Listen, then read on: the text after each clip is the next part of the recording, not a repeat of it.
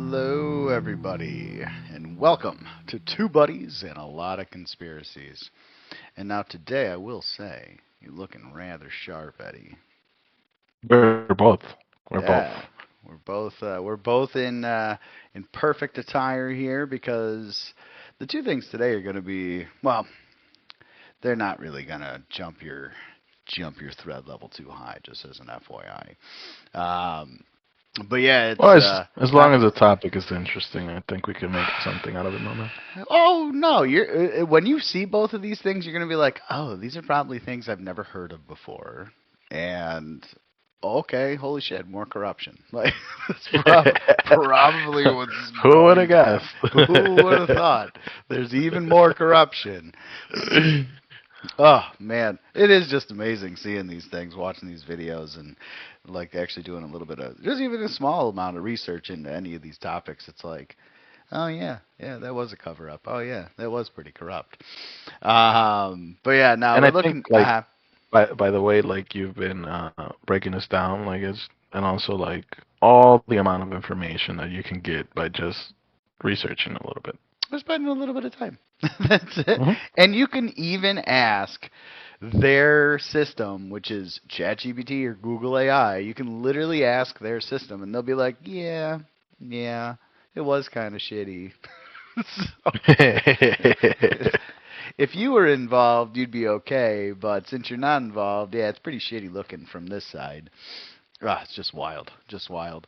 But if, as you can see, everybody, we have our fancy suits on, and there is a round table down below that we're overseeing because we're going to talk about two different chapters today. Um, okay, I was like, wait a minute. Did I spell that wrong? No. Chapters 15, Le Cercle, or Le Cercle, I'm not sure, it's in French. And then, or which also is The Circle. And chapter 16, which is Chappaquiddick, which I'm pretty sure I'm pronouncing that right. So, just right out the gate, do you know either of those things? Have you heard of either of those names? No, no, No, not at right? all. Okay.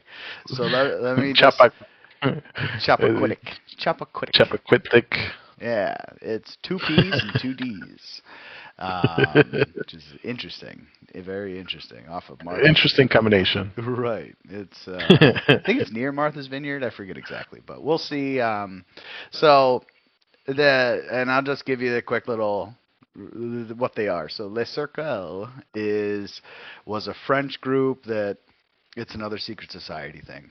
Okay, just FYI, it's another there's another secret society out there. Like we've already You talked can't have that about. many. Okay. I mean, dude, like how can all these people be a part of this different secret societies that all talk about the same kind of shit and they all have like the same kind of people? It's like stupid. It You know, really it's like when in high school, like, oh, there's like this different group of cliques. friends that start Yeah. being popular, and like, oh, we gotta have our own, So and you got just the one jock pops, the other clubs, pops, yeah. you got the emo clubs, you got the nerd clubs, you got the cheerleader clubs, you got all these different things, and it's like the funny thing is, it's like if you look at the wealthy, they're in every club. They're in the nerd club, they're in the jock club, they're in the bar for somehow they're even in the cheerleader club, But I guess 2025, you can't tell them no. So yeah, so the breakdown for today is going to be and I only got two videos and a bunch of reading for us because honestly, there's probably the funny thing about Le Circle, good luck searching it, bro. Like when you type in Le Circle, there's a band, Hmm. there's movies, there, so It, it's it's like. like Uh, it's like that one time when we were talking about like the cloning and all of that. That I told you that like yeah, they said about like Jamie what was Foxx. this? Jamie Yeah. Foxx, and then oh, they just made a movie, and then like, it was hard. You can't find any information. They just hid it away, Yeah. put it in a box. Because the Google algorithm, what it's going to do is it's going to take all this random shit that just came out and throw that up there instead of what you're actually looking for. That's why you need to go to like page 3 or 5 just to find an article for what you want to actually figure out. It's just insane. Absolutely Hmm. insane. I've noticed that for a long time now, though, too, where it's like Yeah. they'll make a movie or they'll have a song or they'll have all these different things that are the same as this conspiracy. So as soon as you search up this conspiracy, it turns out to be, Yep. oh, no, here's a movie, here's a song. And then people are like, oh, that was a movie, you gypsy. Yeah, it Don't has a come to bunch of me. keywords Right. to hide it. Hmm. Exactly. It's insane. Absolutely insane. So I was able to find a good documentary for the Cercle. It's like 45 minutes. I did not do the full 45 minutes. I do have links. Again, links, and I'll probably try to add more links to different things. I'll try to find more stuff before this populates. I was talking with Eddie briefly before we started, but just as an FYI on YouTube, we have our first strike. Yay! So We're official. We're we're official. official. That's it. We are official on Official YouTube. YouTube channel. You can't. Edgy YouTube channel. That's it. And the video is you can't watch it. You can't watch it Oh, at all. It's not like they put it in certain countries. oh my god. Yeah, I was telling him it was funny because once they first I put up the video first and everybody's watching this on YouTube, go to our Rumble channel and you'll actually be able to watch the video. Because what I did, I put it up and then they sent a little thing that said, "Hey, at this point in your video is when you're talking about medical misinformation," and it's like a 2 minute clip. So I said, okay, in your face. I cut out that 2 minute clip, re-uploaded it, and then boom, we got a strike. It's like, okay. So the whole video, even though the beginning of the video is talking about the 33-day Pope and Roberto Calvi, it's like, okay, so we're talking about something completely different, but the whole video is medical information. Fuck you, YouTube. So yeah, if you hear me out there, YouTube, give us lots of money and shut up. That's it. That's it. That's all I want to say. But yeah, so what we're going to do today, we're going to talk about List Circle. There's a video that I got. Then we got funding, like who funds it, who the participants are, and when they meet, what they discuss, what side of the aisle I'll say that they're on, and then apartheid. Which have you ever heard of apartheid? Do you know what apartheid is? No. What is it? Okay. Well, the good news is I'm going to have you read the whole thing from Google Okay. when we go through it. Hip, Hippopotamus. yes. Just remember, it's called apartheid. And you can call it apartheid if you want, but it's apartheid. It's South Africa. They had apartheid. It's like a racist system that they put in place. So we'll go over that. Then we're going to talk about Chappaquiddick, or at least we're going to transition to Chappaquiddick, which Chappaquiddick is actually you have Teddy Kennedy or Edward Kennedy, the senator, had a passenger die in his car. That's what that's all about. Okay, so we're gonna go over that. There's a quick video to watch, and then we're gonna look at the outcome for Teddy, and then we're gonna look at the outcome for normal people. Like if we did the same thing that he did, what would happen to us? And then we're gonna talk about fairness for Oh a little god. bit, and then we got the closing. So today's gonna be pretty simple. And we're going to start off. So Eddie right now is at a 7.4 for his threat level. And I can almost guarantee you that he's going to go up like a tick. Like he might be a 7.5 by the time we're done with this. So we'll see. But, because both of these things, after you watch them, be like, oh yeah, another secret society that makes decisions on our behalf without letting anyone know. Okay. Oh, some rich senator got away with shit. Oh, okay. Like these, they're Not shocking. right. They're not gonna like blow your I mind. haven't heard that before. Right, exactly. So it's gonna be pretty easy for Eddie's threat level. Threat level. Yeah, he's not gonna have to worry too much. Yeah, he won't be hitting the tens yet. I'll say that. But any questions you got before we start into the first video here? No, I'm excited. We're officially an edgy YouTube channel? That's it. We're the Uh, dirt bags in their eyes. That's what it is. we're Spouting the. misinformation. Oh, and you know what though? So I was looking through, and I don't think there's gonna really be anything else. Oh shit! You know what? Let me read. So let's go into the first video section here, but I am going to read the. I might read the second paragraph too. But yeah, let me read the first and second paragraph potentially, and then the end and his alert level for Le Cercle. You ready? Etch, go. All right, edgy. So, Le Cercle, the Circle. Like the Bilderberg Group and Bohemian Grove, Le Cercle is a transnational cabal of statesmen, corporate titans, intelligence officers, and military top brass. Unlike the other two, the ultra-secretive, conservative Le Cercle wars against its enemies more than it jaws about them, which is probably even worse than the other ones. Yeah, founded in 1950s by the sometime French Prime Minister Antoine Pinay. That's why it's also known as the Pinay Circle. Yeah, hence the organization's original name, the Pinay Circle, together with French Nazi collaborator Jean Violet, Le Cercle, trying to read it in French, sorry guys, sought the creation of a unified Europe.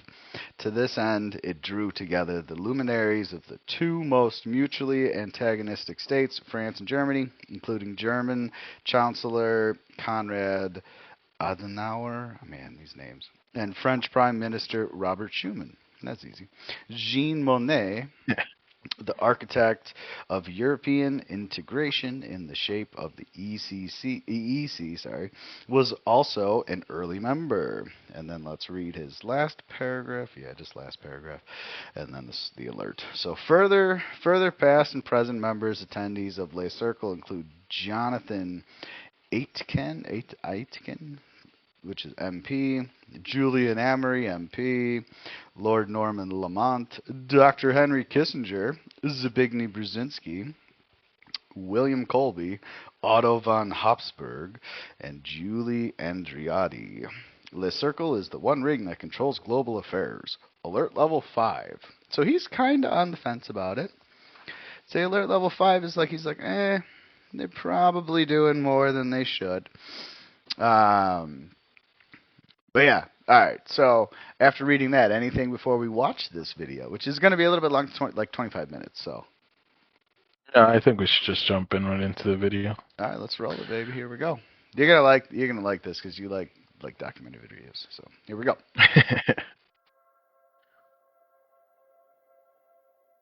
I was going to cut this out, but I forgot to, so. We're gonna super channel. I think we're good. We're good. Yeah. In Free sponsorships. 1982, the head of Bavarian Security, Hans Longemann, delivers a report to his superiors revealing the inner workings of a secret society called Le Cercle. Included with the report is an agenda from a leaked Le Cercle meeting. Item 1 reads, "To effect a change of government in the United Kingdom, accomplished." What if history's watershed moments were carefully crafted manipulations? The real-world decision-making takes place in the smoke-filled back rooms in secret. Le Cercle is amazing, the but most yeah. powerful organization you've never heard of. A worldwide network of intelligence agents, politicians, and power brokers with one goal: winning the Cold War. Knowledge is power. You add to it the layers of secrecy and you have a particularly volatile weapon. Since the early 1950s, this group has played puppet master to history. Smear campaigns, arms deals, propaganda, and plots involving sinister characters. This is that communism versus capitalism at any cost. You have to be prepared to dance with the devil. What can we discover about those who sit in the circle of power? Through the keyhole. It's with the devil, baby. Yeah, you know, that's another thing that's amazed me is all these satanic rituals that happen all the time, all around the world. It's like I was watching X-Files the other day, and there was one of the girls in that had been used in one of these rituals. It's like, oh my god, all over the place. Fucking X-Files. Secret societies are basically conspiracies. a bunch of people getting together to do something that the rest of the world either does not want them to do or prefers not to hear about it. You can imagine there is a quote-unquote deep state entirely independent of government, and also to be led by or populated by individuals who don't really have a moral or ethical compass. The Cercle is a neoconservative think tank of political power brokers. We're talking former heads of state, policy wonks, diplomats, ministers of parliament, and intelligence agents from around the world. MI5, MI6, the CIA, the French SDECE, the German BND, they've all got representation in Le Cercle. And their decisions influence millions of people across Western Europe and, in fact, throughout the world. Since 1953, Le Cercle has come together to discuss world events and share intelligence. In quiet hotels, hidden away from the public eye, they plot the fate of the free world. But Le Cercle wasn't always this deep state actor. The group was founded in the aftermath of World War II as a secret diplomatic channel between two nations looking to collaborate in the face of new and intimidating world powers. World War II began in September of 1939, when Britain and France declared war on Germany in response to Hitler's invasion of Poland. By 1940, France were knocked out of the war and the country was divided in two. You have Vichy France on the one hand, which is, for want of a better expression, the handmaiden to Nazi Germany. Pretty much has to do what it's told. And then you have the occupied part of France. But of course, there is the exception in that narrative, and that is Charles de Gaulle. The general is appalled at the French capitulation, camps in London. There's his new headquarters. His is a military France, a France that has never stopped fighting, a free France. After almost 6 years of death and destruction, Germany was finally defeated in 1945, leaving a bombed-out Europe. Wherever you look at Europe, there's real devastation. If you look at images of places like Berlin in 1945, it's apocalyptic. In 1944, 1,188,600 tons of bombs were dropped on Europe, predominantly Germany. 1/4 of German houses had been destroyed. In cities, ratchet that figure up to 50%. That's the legacy from which Germany immediately has to contend with the accounting that's coming for what the Nazis did, but also the future. What's going to happen to us tomorrow and the next day and the next day. On the evening of May 8th, 1945, Germany signed the Instrument of Surrender, a legal document disbanding the Nazi Party and ending World War II in Europe. But by this time, Germany's post-war fate was already being decided by Allied leaders. Soviet Premier Joseph Stalin, British Prime Minister Winston Churchill, and U.S. President Franklin D. Roosevelt had met 3 months earlier at the Yalta Conference. Under the terms of the surrender, Germany would be split into 4 zones. You have half of the country occupied by a consortium of 3 major Allied forces, the British, the Americans, and the French. And then, of course, you have the Russians. They both have very different estimations of what Germany's going to look like. And then to make it even more dramatic, you had a divided Berlin, which becomes that kind of model of the Cold War in a lot of ways. And then, of course, in the wake of a war which has cost everyone so dearly, you have what are known as reparations, to the tune of $23 billion. Despite being on the winning side, how much it is France is nowadays. also facing a difficult post-war reality. France has sizable economic problems. A lot of its industries had been fundamentally undermined or derailed by the Second World War. France was Nazi occupied, and that means it's fair game for the extensive Allied bombing. It's all been blown up. Now you can imagine at the end of a war, coming back to that, and you don't even have the ability to truly say you're the winners. National identity is something that is instilled in everybody. And when you've got a strong identity and you've got something to be proud about, the country's morale is stronger. And that gives rise to all sorts of social and economic benefits. But you've got France in the opposite situation, not only shattered as a country, but also embarrassed by the German takeover, by the Vichy government. The Vichy regime divided French people, it divided families. That's something that you don't shake very quickly. I would argue that France is haunted by that legacy all the way up to today. While Germany and France are struggling with their recoveries, a powerful new alliance takes center stage. The United States and United Kingdom had already taken steps to formalize their relationship when they signed the Atlantic Charter in 1941. That agreement would be the foundation for the United Nations Charter in 1945. There's a kind of a mixed reaction to the Anglo-American alliance. A lot of Europeans really welcomed it because it provided an obvious stability after years of instability, particularly when the Americans came in with massive amounts of economic aid to rebuild their shattered economies.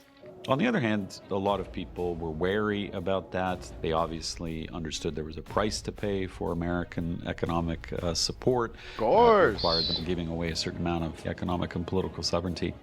They may not like the indignity of having to accept borrowed American dollars, but they were going to have to put up with it until they came up with a better solution. Funny Where are because the France hates answers America for some of the so common much. people of France? They're not looking to Charles de Gaulle. Oh, yeah. The biggest political party in that early post-war period in France is the Communist Party. And that, when you have a significant superpower camping in Eastern Europe in the name of communism, is really something to worry about. Worry over the rise of communism in France leads one Frenchman to convene a secret meeting in the early 1950s. And Antoine how it Pinay starts. had been a fairly establishment French rightist politician who'd briefly been part of the Vichy regime, but then also got all sorts of awards for helping save Jews and secretly supporting the resistance. In other words, a man who played all sides. Pinay was defined for his Catholicism, for his conservatism, for his passionate stance against communism. He was also keen for a rapprochement with Germany. The second politician in the room is Konrad Adenauer, founder of the Christian Democratic Union and Chancellor of Germany from 1949 until 1963. Like Pinay, he was a Catholic, he was a conservative, he had lost all his posts early on with the rise of Nazism in the 1930s, and by the end of the war he finds himself placed in a prisoner of war camp. He's got a clean slate, and that's what Germany needs. Though his political opponents favor working toward a unified Germany, Adenauer believed the only way forward is to create alliances with Western Europe and allow East Germany and the Soviet Union to crumble on their own. It is in this spirit of collaboration that Konrad Adenauer meets with Antoine Pinay for the first time. Though a fraught history feeds the distrust between France and Germany, their shared concerns about the English-American alliance and the communist threat bring them together. This is the beginning of Le Cercle. I view the first meeting of Le Cercle as really a political and diplomatic back-channeling, which in the CIA is something that we use quite often when we don't want things on record or we don't want to tip our They always got to be a Does Pinay They're want involved to be in seen everything, brother. rubbing shoulders too closely and too publicly immediately with Germany? Is that a good look? all Is it one better connected. done in private? The Germans, meanwhile, know that they're not even a sovereign nation. They can't really afford to put a foot wrong. Adenauer and Pinay have brought along two men for the meeting. You have Franz Josef Strauss, who is in German circles a pretty well-known politician. The fourth member is Jean Villiers, who is a lawyer by trade, Jean but obviously Villiers. working in French I like intelligence, and his Violet better, but inclusion whatever. makes this initial meeting of Le Cercle very intriguing, right? Why is he there? Le Cercle. Jean Violet was a shadowy figure.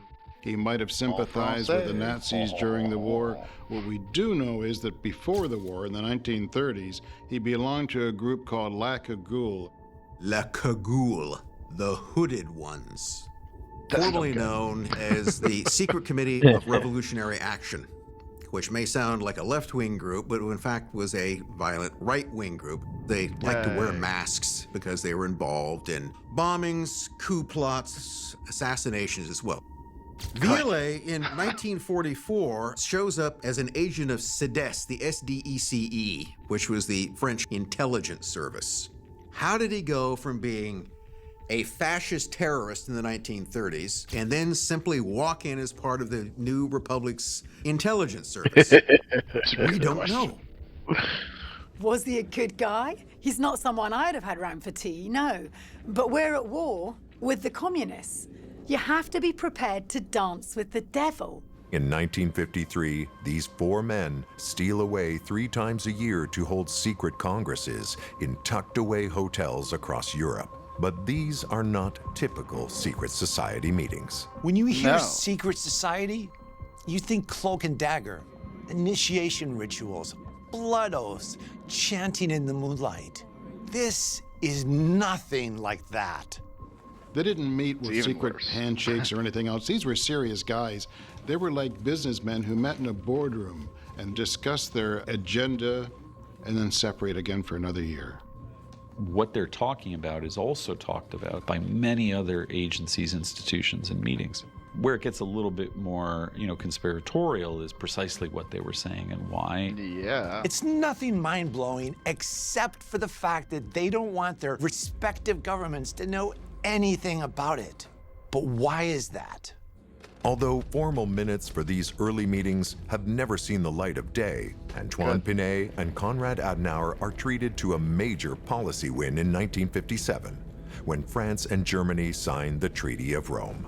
6 signatories, including West Germany, France, Italy, Belgium, Netherlands, Luxembourg. They are going to establish what will become the European Economic Community, which promises economic cooperation, establishing a common market with the free flow of goods, services, capital, and people. This is the beginning of the European Union. Le Cercle extends invitations to important figures from France and Germany's new economic allies, and in the coming years will continue to expand, inviting influential conservatives from across Western Europe. Some of Le Cercle's new members are shadowy characters, and this will be a reoccurring theme in Le Cercle. Yeah. Many new members would go on to be accused of participating in conspiracies, financing terrorist organizations, and other crimes, like fascist Spain's Minister for Information, Alfredo Sanchez Bella, who in 1970 was accused of trying to bribe an official to change the sentences in the murder trial of 6 members of a Basque separatist group. And he joins this circle in the early 1960s, and that represents the inclusion of places like Spain and Portugal, which are noteworthy because at the time they were really hardcore fascists. If you include states like that in any kind of association amongst democratic countries, you're obviously no longer just about democracy. Italian politician Giulio Andreotti is also invited to the inner sanctum of Le Cercle. Andreotti becomes the Italian prime minister later on in life and is notorious for his mafia connections. Over his career, he would be accused of gathering intelligence, using the Italian Secret Service on almost every public figure, and would be involved in an attempted coup, along with the commander of Italian police, the CIA's Roman station chief, and Italy's Gladio network. Gladio, Gladio, sword, was first instituted in Italy, but it was spread all over the place. Secret armies that can wage an anti-communist partisan war in Europe. The CIA, MI6, West German BND were all heavily invested. Billions of dollars off the record, money being siphoned from other programs, which all find their way into buying lots of ammunition, which is buried somewhere in a forest. It's the only way. You also have them working with these organizations like Agenter Press, who the CIA also worked with to train mercenaries to fight communism in Africa, in the Middle East, and even Europe itself. There we go. When you include all of those guys, of course, it looks like a really interesting cabal of sort of the dark underworld. Remember, the original 4 were not exactly saints. Viollet has a connection to La Cagoule. We have Franz Joseph Strauss, and he's forced to step down as Minister of Defense for jailing journalists, claiming they had published sensitive material. And Konrad Adenauer will later be found to have been spying on his opponents using his own intelligence agency, the BND. Meetings now happen just twice a year, and each meeting was capped at 20 to 30 attendees. It's mind-blowing to think of these guys getting together in one room. You've got senior politicians, you've got aristocrats, you've got intelligence experts, you've got people from darker corners of the world, and they are going to discuss what the world should do to make themselves better.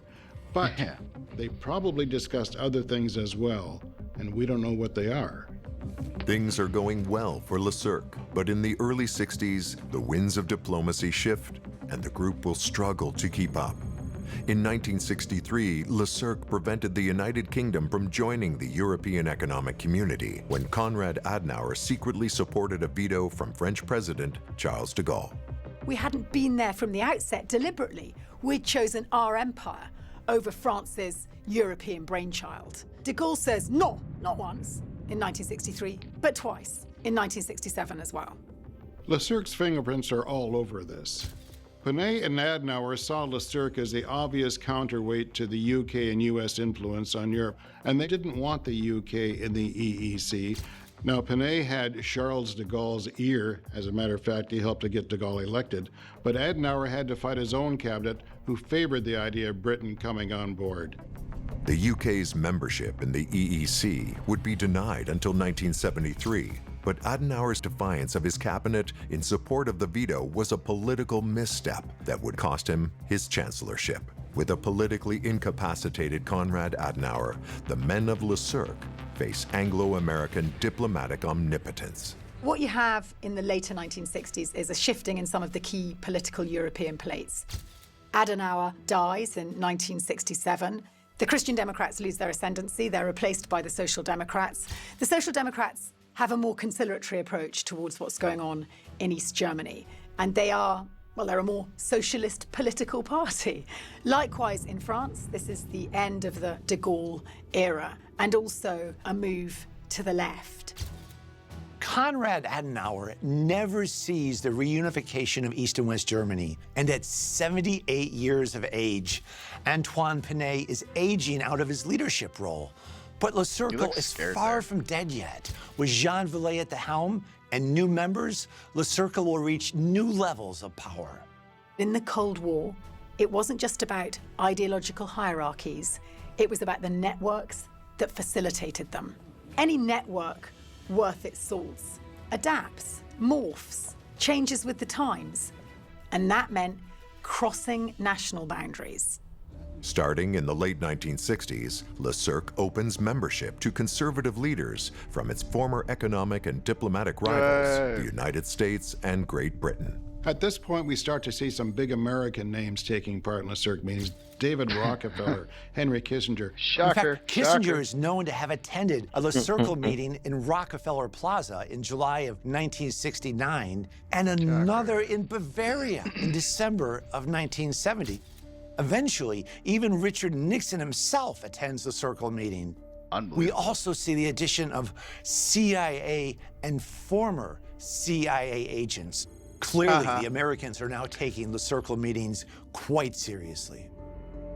From the United Kingdom, LeCirque invites a number of members of the Monday Club. The Monday Club is a political grouping on the right of the Conservative Party. They were traditionally anti-immigration. In particular, they were anti-further immigration from the colonies. The club opposed the decolonization of Rhodesia and were supportive of South Africa's apartheid government. Apartheid is a very complex system of racial discrimination. There were different acts, most of them coming in the 1950s, that were designed to fundamentally divide populations based on race, principally blacks and whites. It leads to tremendous political and economic discrimination against blacks. Unbelievable. What it produces is black activists who later form the nucleus of the African National Congress, the ANC, the most famous leader of which is Nelson Mandela. They begin protesting in the 1950s. One major protest in a place called Sharpeville in 1960, where protesters against apartheid laws are ruthlessly gunned down by South African police and military. Several hundred are killed. And it draws the question of South Africa's horrible racism into an international context. Yeah, that place is actually very racist still. In 1972, the United Nations determines that apartheid is a crime against humanity and suspends South Africa from the UN General Assembly. But while most of the Western world is turning its back on South Africa, LeCirque is inviting them to the table. Unlike members from other countries who are hand-picked by LeCirque, the South African government is allowed to choose its own delegates. Foreign Minister Pik Botha and senior officials from South Africa's Department of Foreign Affairs. These new members shared LeCirque's concerns about the continent of Africa's emergence as a new front in the Cold War. You have a lot of colonies of Germany and France and Britain that have fallen, and now they are susceptible to new ideologies. The Soviets are trying to gain influence through both financial aid as well as through military support. Members of LeCirque feared that groups like the African National Congress were influenced by, if not controlled by, communist ideas. Yeah, With that course. in mind, they wanted to maintain the regime. The American and British governments are up to their necks in it, helping arm South Africa so that we can win the proxy war. But it's embarrassing, it's dirty, and it's unpopular. What LeCirque is going to try and do is soft soap the apartheid regime. To accomplish this goal, in the early 1970s, LeCirque would create and disseminate pro-apartheid propaganda using funds funneled to them from the South African intelligence agency, the Bureau of State Security. To bolster the process, LeCirque looks to one of its newer members, political writer Brian Crozier, the man who pushes LeCirque into a new era. Brian Crozier was Australian, but lived and worked mostly with the British. He was a historian, and he was obsessed with communism, saw it everywhere. He was also a journalist who had the most extraordinary access. In fact, by all accounts, by the late 1980s, he went down as a Guinness Book of Record holder for having interviewed more heads of state than anybody else. Pretty impressive. After stints working for the BBC, The Economist, and Reuters, Crozier moves outside the boundaries of unbiased journalism and into the area of propaganda. Crozier gets his start in part working for the IRD, which is the Information Research Department, which is technically part of the British Foreign Office, closely linked to MI6. And it was straightforward, a propaganda outlet. Now, propaganda tends to have a negative connotation, like it's not real, you're pushing a story that's not true. But at the start, the idea was providing a message to the largest group of people possible. What they're trying to do is take the message and find a way to have it resonate with the lived experience of the people who are the target of that message. A lot of the propaganda around communism was your loss of personal freedoms. It's going to cause hardship on you and your family. While at the same time, the propaganda on the communist side, we're talking about how you don't have enough food for your family, and if we all work together this way, then you're not going to be in as much hardship. So the messages for the same thing focused on very different aspects because the people that the message was targeting started in very different positions. In the 1960s, Crozier is director of a CIA-backed propaganda outlet called Forum World Features, and in 1970 starts his own information service called the Institute for Conflict Studies, an independent institute that produces policy papers. What he's writing is basically a series of information reports or summaries about global conflicts, issues pertaining to the Cold War, but it's also propaganda. It comes from a far less objective academic viewpoint and far more obsessive anti-communist viewpoint. Crozier uses his connections in the CIA, MI6, and many other intelligence agencies to distribute his work worldwide. Crozier's talents will prove very useful to LeCirque, not only in South Africa, but at home in Britain as well. Crozier could prepare the British public to accept a far right-wing government, which is exactly what VLA wanted. And he was so far right-wing that at one point he publicly declared that he believed the British military would be right to take over the British government should the UK government drift too far left, which is as close to being a fascist as you can get. We should do that too here in America. So, honestly, what did you think of that? Just a little bit of history, right? Yeah. Kind of like how they started. It's just like a common denominator. Oh, a new secret society or something like that is formed. I just thought about it. The CIA is involved. How perfect was World War II? Because all these random things all start happening right after World War II. It's almost like it was set up on purpose, I'll say. You might be into something. You know what I mean? Like all this shit. That's like, I remember hearing a long time ago that if you're going to read a book, try to read a book before World War II's time period because you'll actually get more information out of it because they really came in and doctored a lot of these books and altered them. But yeah, like literally, uh, World War One, too. Like let's be serious. Like that was a whole nother thing too. Well, that's a whole nother subject that I don't think we're going to get to in this. We can talk about it after we finish this book, I guess, about the great reset that they've done over the years to get rid of knowledge and information. But yeah, as far as that, interesting, right? It's like the setup for them, what they're all about, kind of what they do. They're propaganda focused, anti-communist, but they're super right wing, which is funny if you think about it, because a lot of these ultra billionaires that go to the you think Bohemian Grove, you think they're talking about right wing things? I'm pretty sure they're talking about left wing things. So the same, you know what I mean? So like the same people are involved in both sides. They're like, oh, what are we talking about today? Oh, right wing stuff. All right, cool. Let's go talk about that. What are we talking about next week? Oh, we're talking about left wing things. Oh, okay, good. I'll put my 2 cents in that too. So unreal, man, fucking unreal. But yeah, sorry, I think I cut you off because I had that correlation there. World War II. No, it's just like it's like I was just thinking. I just said like, oh, World War II is like perfect and stuff like that. Like, if I think if we really looked into it, probably a lot of wars. I'd say all have of a them. reason behind them. Well, if you take a look, I'd say the one thing that they always tell you to look at is follow the money, right? Who funds the wars? It's the banks. The banks fund both sides of the war. And then if they're trying to get policy changes or structural changes, and then if you want to look at, I will say another great book everyone should read is A War is a Racket by General Smedley Butler. I have it here, where he literally talks about he's a general, and he talks about how like all the wars and everything that he kind of participated in or was, a general for, were all just like land grabs and money, just to make money and to, like they went in to take sugar cane, they went in to do this, they went in to take the poppy fields, like there's all types of things that they go and just try to take over areas, and it's just more land grabs and all that shit. It's just amazing. It's just amazing. Crazy. Yeah, just like the more I think about it, it's just like it's just we're just like everything is just planned out. It's all connected. And yep, pretty much.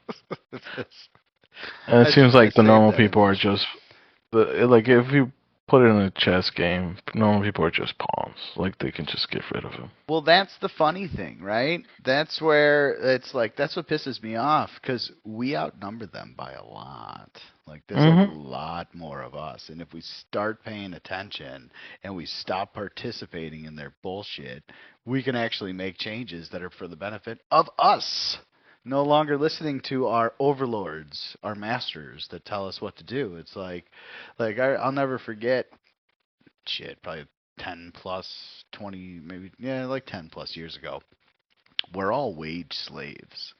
We're all in debt to the banks. And then even if we're not in debt to the banks, we're in debts to our government. Think about it. When you have a house, what do you have to pay?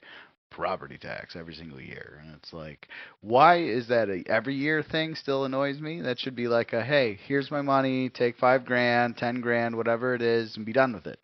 But no, every single year you need more money. Fuck you. And you're going to charge every single thing that we pay, that we buy. So whenever you go buy something, you get to pay taxes. They tax your income, so you don't even get everything that you earned. You get a portion of it.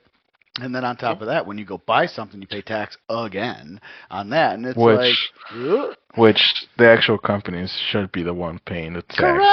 Correct. Sales tax is supposed to be the actual supplier of it. So the seller is supposed to pay sales tax. That's why it's called sales tax. But yet they pass it to us because they know they can, and we're not going to fight because you want to eat. Yep. Do you want to eat and drink and survive? Okay, good. Well, 12%. It's just like unbelievable. Unfucking believable. And the funny thing, that annoyed me was like, especially like where I live, it's like really high. It's pretty high taxes that pay like the school teachers and everything, and then they go on strike. Or no, yeah, Chicago. Think about it. Chicago public schools goes on strike every single year to get more money, and it's like you're getting a lot of cash from the taxes that are being taken, unless it's being stolen by the politicians, which we don't know. It's very possible, but I don't know. And then also the kids are not like advancing, so this year there's less kids being able to read, but we need more money. Like why? Why? Like, Why not? why would we pay you more? You're doing a bad job. It's just like you go in for every year for your annual review, and they go, oh hey, by the way, like 6 more kids failed out under your supervision. Here's another 10 grand. Like, what? Why would we do that? It doesn't make sense. But that's the system. Makes all the sense. It makes all. It does. It really does. It's unbelievable. It's terrible. The society we live in. And I'm actually kind of glad we're going through all these because it's kind of breaking your brain because you thought everything was kind of kosher for a while, and now you're starting to realize. And we're only on chapter 15 and 16 here. It's like there's a lot of corrupt shit that goes on, and we need to stop it. Like, we as a people need to get together and just say, hey, we're no longer participating. We're not paying our taxes. Fuck you. Eat shit. Or not even just like, because it's probably a thing that's not going to happen overnight, but just like slowly starting to put your foot down on certain things. We have to. As a people, too. Yeah. We can't follow these saviors. Because that's the other thing, that the other myth that's out there is that, because Donald Trump's in there. Don't get me wrong. I voted for him. I'm happy for him, whatever. But he's not our savior. No, and like you watch these super alternative media guys, and they're like, trust the plan. Just let these people do this for you. And it's like, no. We need to do it ourselves. Because if, say, 1 million people showed up right now in Washington, D.C. and said, hey, we ain't going to do this, guess what's going to happen? If they don't kill us all, then they're going to have to listen to us. You know what I mean? Like, because I know they got technology. They could actually probably just spray something over us and we all drop dead. But, like... Most likely. That wouldn't surprise me, especially after, like, the January 6th nonsense. But... if we all got together, say 20% of the population, so 300 million, what's 20% of that? 6 million? So say like 6, or is it 60 million? 60 million? Yeah, it's like 60 million people. So say 60 million people got together and marched on Washington, D.C. and said, we're no longer paying our taxes. We're no longer paying our bullshit capital gains tax. That's the thing that pisses me off the most. Well, real estate taxes piss me off a lot too, but capital gains tax pisses me off even more because, all right, so you already have pre-tax dollars, right? So you get paid, say you get paid $1,200, right? You get $1,200. Great. They remove the top portion, so you get $900, $800. So now you have $800. Cool. You take that $800, you put that $800 into an investment. That investment makes you $100,000. Guess what? The federal government's like, hey, 25 grand of that is for me, bro. Yeah. Like, why? Why are you taking all that money? Why do you need any of this? Did you tell me to invest in this? Did you tell me to buy Tesla stock when it was dirt cheap and now it's to the moon? So what the fuck? Why do you deserve any of this money? Why do you view it as income? Also, fuck you. This isn't income. This is an investment. This is my future I'm thinking about. And that's what was funny, too. Like, a while back, they were talking about trying to tax us on unearned income. You know what unearned income is? So, because my account says I made 10 grand, you get a portion of that? I didn't sell it, you fuck. Fuck you. Oh, God. Oh, these politicians, man, like I said, we need to get together and we need to overthrow our government probably. But oh my goodness, what a fucking joke. Ugh.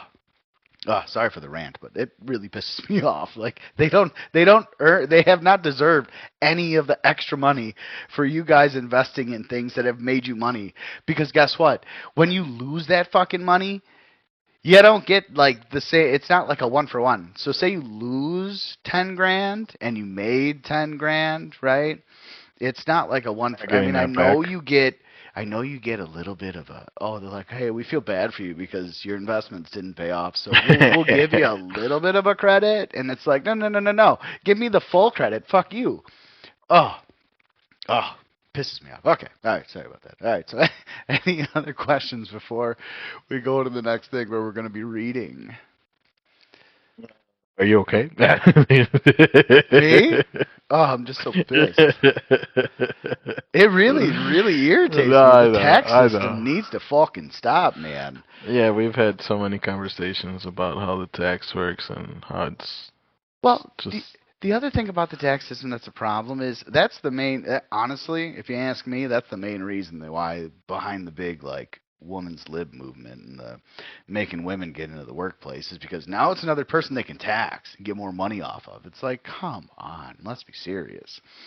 Now you can't, with the tax system as it is, good luck, unless you're making like $150,000 to $200,000 a year, you are not allowed to have your wife not work. Or husband, or whatever you want to have, but your significant other has to work also, especially if you have kids and you want to have a car payment and you want to have insurance and you want to eat. like you have to. And it's not like to be like, oh, you're gonna be wealthy or like. No, that's to be middle of the road. Yeah, that's to be like somewhat okay. That's fucking real, man. These people. The worst thing of everything. It really is. And now, don't get me wrong. Like, I still think America is the best country of all the countries out there. I am patriot, through and through. But these greedy fucking politicians need to go away. And we need to put in new rules to where they can't take any more money from the people. That's it. Like, give them 10%. Like, that'd be fine. I'd be okay with 10%. Churches take 10% of your income, right? Isn't that what they say? Every 10% of your income for the year is what you should give to your churches? Fine. Give that also to the fucking government. Say, hey, 10%. Don't take 25, take 10. Oh, but they don't want to work with us. They don't care because we're the plebs. We're the people that they tell to just do it. We're the pawns. We are the pawns, like you mentioned earlier. Exactly. Unfucking real. All right. Ready for the next thing, which is the funding of Cercle. Yeah. All right. Yep. So, I'll read this one, and then I'll make you read the next one, and then I think the last one I'm going to make you read the apartheid because you don't know much about that. And then after I finish reading this, I'm going to get another beer. Who funded Cercle, or Le Cercle, also known as a Pinay Cercle? A secretive post-World War II foreign policy forum was funded and supported by various entities, including the CIA, Apartheid South Africa, and wealthy individuals. I didn't see that coming. Right? Shocker. And wealthy individuals with members from intelligence, politics, and business operating largely in anonymity to discuss global strategy, especially anti-communism. Key funders and supporters. CIA is the first one. It's the first one that they put in there. So it's like, of course. CIA declassified documents and reports suggest the CIA provided funding and oversight, viewing it as a tool for the Cold War objectives. South Africa apartheid regime. The apartheid government actively funded the group and hosted meetings. Oh, they helped them out doubly, aligning with Le Cercle's support for their policies. Wealthy individuals and corporations, shocker.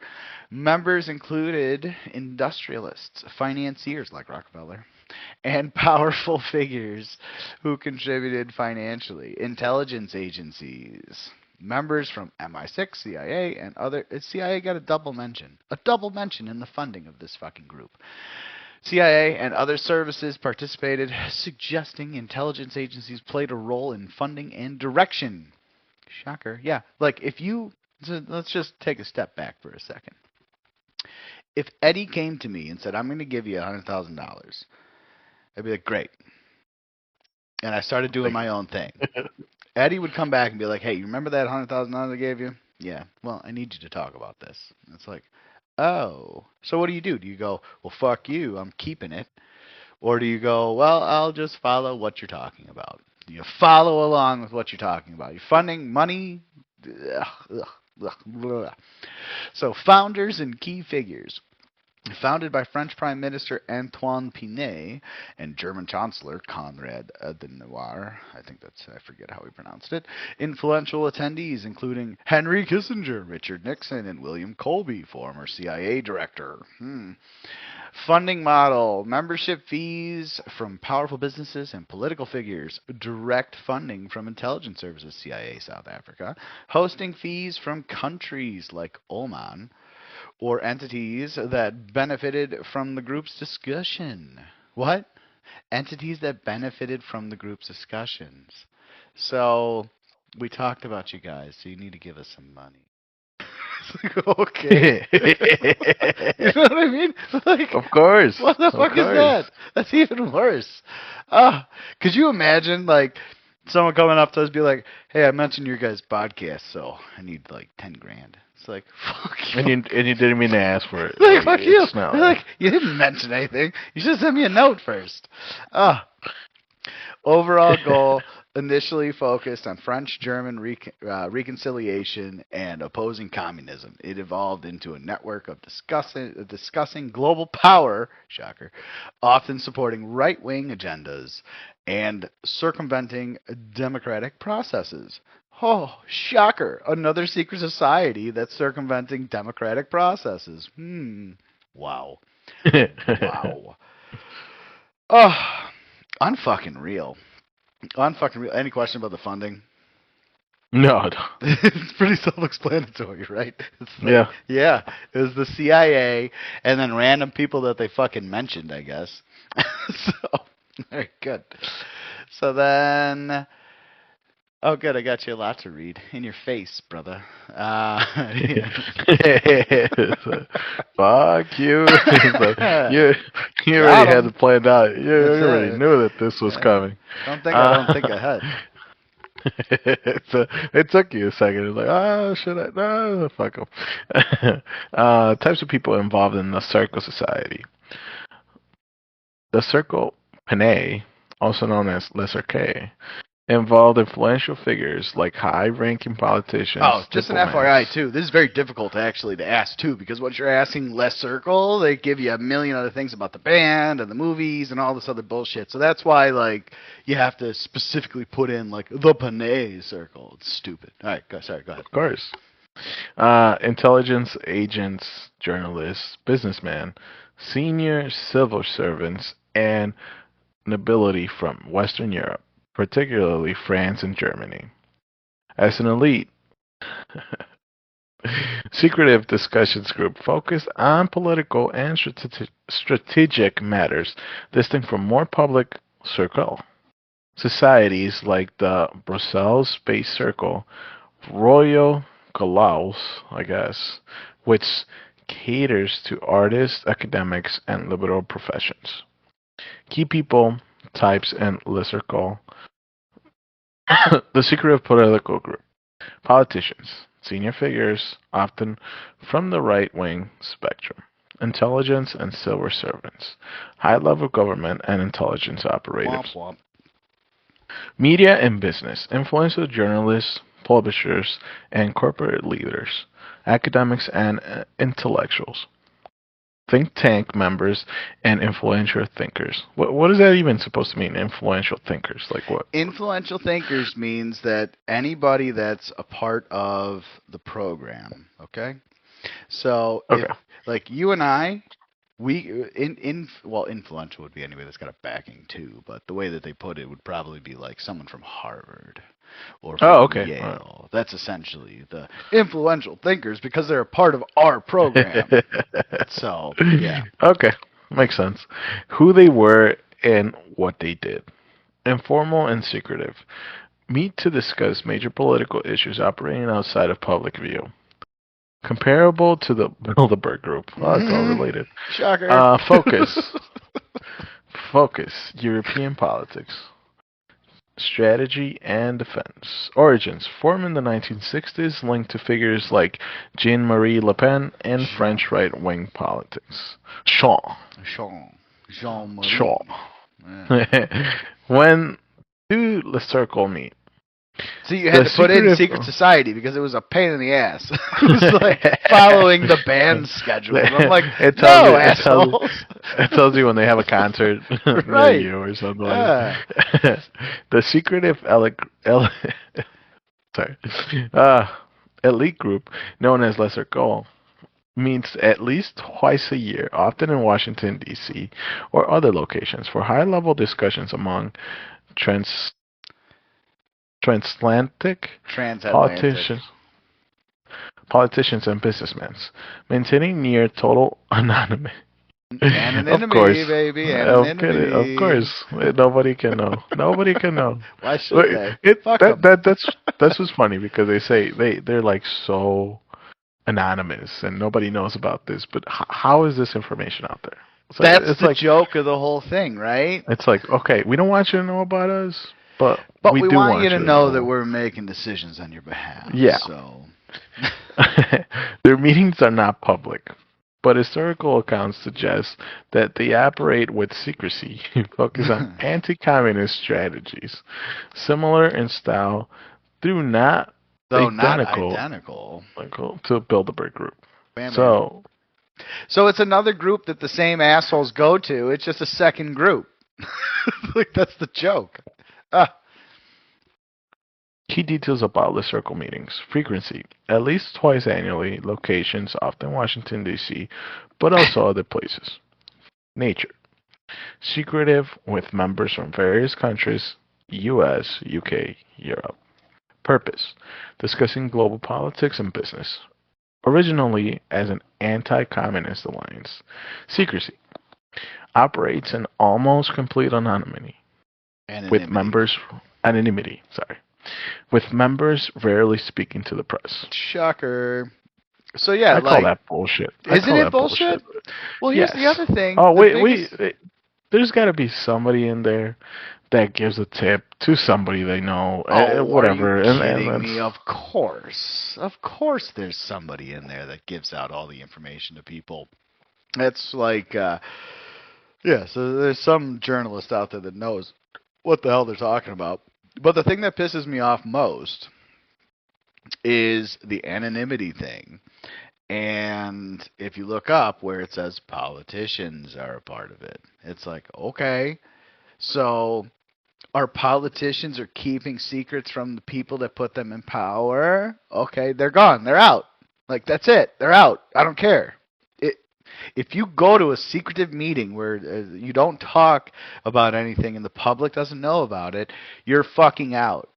Like, that's it. I don't care. You cannot go to secret meetings and have discussions about the future of your country and what you're doing there without the people that put you in fucking power knowing about it. Out. You're out. Same thing with the Bilderberg Group. You're out. Same thing with Bohemian Grove. You're out. Get them the fuck out of here. So, like, even presidents, I don't care. Fuck you. You're out. Like, any politician that we put in power is supposed to be a representative of us. And if we don't know what the hell they're talking about behind closed doors, guess what? They're no longer representing us. Which means what, Eddie? They shouldn't be in power. Yeah, they're out. That's it. Bottom line. Bottom fucking line. So we all need to get together and get these fuckers out of there. But yeah, any questions before we go to the next thing then? No. Okay. It's just amazing, isn't it? It's just Google fucking AI, man. That's the thing that boggles my mind every time. It's like Google AI tells you this. It's like you just gotta ask it. If you ask it the right way, it'll tell you what's up, man. Unbelievable. Yeah, so I'll read this one, and then I may help you out on the next page because I know I can already remember. There's like two big things to read. All right, so what do Le Cercle Secret Society talk about in meetings, right? Okay, so Le Cercle, like, which we've kind of already touched on this, but this kind of gives you a little more of a breakdown. So Le Cercle, an ultra secretive, I like how they put it that specifically, ultra secretive, invitation only policy forum discusses high-level global politics, economics, and security, evolving from its Cold War anti-communist roots, which means they probably don't need to be doing it today, just like NATO, FYI, to focus on promoting free market Western capitalism, European unity, and influencing policy on issues like the Middle East, terrorism, and post-Soviet states, all while maintaining strict secrecy, notes Wikipedia, and Springer Link. I've never heard of Springer Link. I don't know what the fuck that is. Core topics and goals. Number 1, anti-communism, Cold War era. Yeah, Cold War era. We're past that. Initially formed to counter Soviet influence and strengthen Western alliances. It supported right-wing figures and clauses globally with links to intelligence services like CIA, reports, powerbase.info, Wikipedia, and Declassified UK. That's funny. There's no Declassified USA that talks about it, but okay. Actually, I just had kind of a thought here. Well, I guess communism. No, never mind. Okay, never mind. Global security and strategy. Discussions cover threats from Russia, terrorism, Middle East instability, and maintaining NATO's strength. See? They had to put that in there. As detailed in reports from Scribd and Springer Link. Promoting right-wing ideals, advocacy for free enterprise capitalism, and conservative politicians like Thatcher and Strauss have been a key focus, according to powerbase.info, The Independent, and Wikipedia. Confidential policy shaping. Members, politicians, intelligence agents, business leaders use Chatham House Rule. We've heard that before. That's the same as Bohemian Grove and Bilderberg Group. For candid discussion to influence policy without public knowledge. Haha. Reports Wikipedia and The Independent. What's discussed? Yeah, if you want, I'll read the other. We can just do one on one. All right, go for it, brother, because it's small. Oh, okay. That's not what she said. Oh, good for you. Or he said. But let's discuss examples. South Africa. Its strategic importance, resources, and development were discussed in relation to Russia influence, as seen in the Scribd document.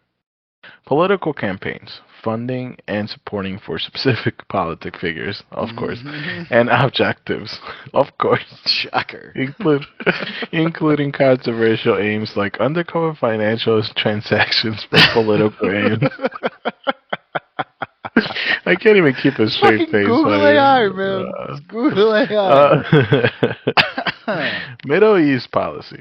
Discussions on regional stability and foreign policy with U.S. officials. Reports declassified, UK.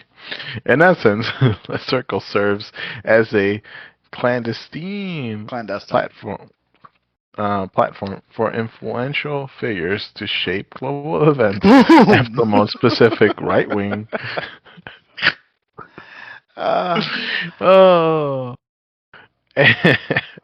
I'm sorry. Atlantis agendas, often coordinating actions and sharing intelligence in secret. And it's in Wikipedia. And powerbase.info. See, that right there is funny, right there. Like that last thing. In essence, Le Cercle serves as a clandestine platform for influential figures to shape global events. Boom! Right there. They shouldn't be allowed to fucking do it. Like, they shouldn't be allowed to meet in secret. No. Unbelievable. Like, and I don't care if it's right wing or left wing. I'm probably more right wing than anything else. But, like, in general, like secret meetings. Stop it. Bad. Like, I feel like walking up to him, smack him on the hand, say no. Like, that's no. Man. So any questions about what they discuss? No. No, right? They're talking about us, guys. That's what's happening. They're talking about us and how they can shape our global events. They're very open about it. Well, to themselves, yeah. What? Yeah, it's that Chatham House rules. So, yeah, so here we go. So I'm going to read the left one, and then you can read the right one, since you don't know too much about apartheid. So this right here, I asked the question. I took it out because it was a long one. Was like, were there any horrific things that have happened that are associated with Le Cercle? And they didn't really do a good job, but I put it in here anyway. So while Le Cercle isn't famously tied to universally recognized horrific events, like ancient cults, it's a real secretive, invitation-only forum linked to powerful figures, politicians, and intelligence, with a history of extreme right political influence, funding apartheid, and rumored control over global politics, shocker, making it controversial, but not necessarily known for satanic horror or mass killings. Rather, political manipulation and shadowy influence in documentaries and books. Okay, so remove the documentaries and books, because the documentaries and books are talking about what they're doing. Let's just read that last thing again real fast. So, it's a real secretive, invitation-only forum linked to powerful figures, politicians, again, need to be removed, and intelligence, with a history of extreme right political influence, funding apartheid, which you're going to read here in a second is a terrible fucking thing, and rumored control over global politics, making it controversial, of course, but not necessarily known for satanic horror or mass killings. Not necessarily known for satanic horror or mass killings. That's the funny thing. Like, you read that, and most people read that, be like, oh, okay, so they're not known for satanic horror or mass killings. But it's not necessarily known for that. Okay? So that word necessarily is very important in that sentence. Rather, political manipulation, so they're manipulating everything, and shadowy influence in documentaries and books. Okay. So, bad guys. What is Le Cercle? Invitation only. It's a private elite gathering for influential figures in foreign policy, business, and intelligence. This kind of we already heard, but I'm reading it again. Historical focus, started by Catholics. It shifted to anti-communism and notably supported South Africa's apartheid regime in the 70s and 80s, receiving funding from them. Modern rumors, documentaries, and books suggest it operates like a shadow intelligence agency, so another CIA, influencing world politics from behind the scenes, though concrete proof of horrific actions is sparse. Well, that's funny. They say it's sparse. Sparse means limited or light, right? Like little. It doesn't mean that it's not entirely. So thank you, Google AI, for giving us another little tip there. So they are a part of horrific actions. Why the horror association, right? This is them telling me this. I put it as a question, and they already are like, oh, well, why would you put horror? This is probably why. Why the horror association? Secrecy breeds suspicion. Like many secret society, its hidden nature invites speculation about nefarious activities. True. Political extremism, its historical ties to right-wing causes and apartheid naturally draws condemnation. Media portrayals, shows like secret societies in the shadows, I think that's what we just watched, sensationalize its alleged control over world events, creating an aura of menace. Well, yeah, they're bad people, guys. In summary, Le Cercle... Aura. It's aura. Huh? It's aura of menace. I said aura. No, you said something else. I'll go back. It's okay. in summary, Le Cercle is known more for political manipulation, extreme right ideology, and shadowy influence rather than overt. Documented acts of violence or horrific events in the typical sense, like ritual abuse or mass murder. See, there's the tell. the Google AI thinks that horrific events are only ritual abuse or mass murder. There's a lot of horrific events that are not those two things, just as an FYI. Yes. Though its secretive nature and political aims raise ethical concerns. Great. I'm glad they're still meeting today. Go on and start. They have to. You know, they have to. They're it's helping the right the people. thing to do. They're helping us out, guys. They're looking out for us. It's the right thing to do. Unfucking real. Okay. Apartheid was a brutal system of institutionalized racial segregation and discrimination enforced in South Africa and Southwest Africa. Namibia. From 1948 to the early 1990s. That's a long time. Designed to maintain white minority rule by separating people into racial groups: white, black, colored, Indian, and denying black South Africans basic rights, freedom, and land, leading to forced removals, inferior education, restricted movement via passbooks, and violent oppression until it ended with South Africa's first multiracial democratic elections in 1994, led by Nelson Mandela. Wow. Isn't that nuts? And this is like you didn't know nothing about this. It's just ended, and it's, like, right before you were born. Yeah, like, it just ended. Like 2 years before I was born. That's it. That's a long time, dude. For that's real, a very long time. And recent too. Like you would think, like it was like, wow. Well, they talk about how bad it was here in the 50s and 60s, right? As far as that, which don't get me wrong, I'm sure was terrible, but like. They were doing that shit in South Africa, like, not that long ago, but everyone talks about how Africa's better than America. It's like, well, then go. Well, then go. Get out of here. Key aspects of apartheid. Racial classifications. Laws like the Population Restriction Act in the 1950s classified all South Africans into racial groups, forming the basis for unequal treatment. So, and they get together, and this is okay. Like this is the beneficial that they're taking care of the people. They're doing to society. Yeah. Okay. Yeah. Territorial segregation. Always looking out for the benefit of man. Okay. Yeah, no, it seems like it. Whether it has to be restricting people from eating and drinking and going to different places and making sure that people are separated by race. Yeah, they're here to help. Yeah. Territorial segregation. The Group Areas Act from 1950 physically separated races, creating black homelands, Bantustans, and confining black people to overcrowded areas, forcing many to work as low-wage laborers for whites. So it's just like another way of slaverism, pretty much. It's honestly the joke of the whole thing is that we're all still wage slaves today, but we're just to different masters. So yeah, this in the 1950s they were making black people work shitty jobs to work for the whites. Yeah, it's just pretty much slaverism, but in a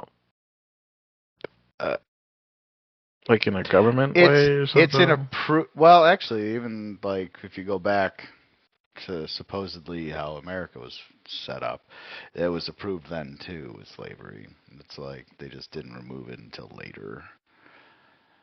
But yeah, so here's the thing: if anybody thinks the government has your fucking like best outcome in mind, they don't. No governments want you to succeed. Like they want you to be under their thumb the whole time. That's what it is. That's what governors are there for.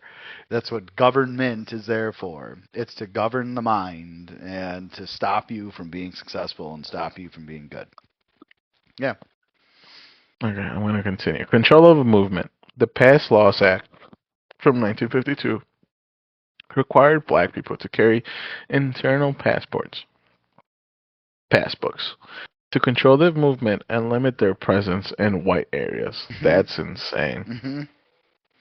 Well, it's the same as having the, way back in, from what propaganda we saw here in America, where it's like whites only fountains, whites only schools, all these kinds of things. So similar. It's just the same. Social and economic discrimination.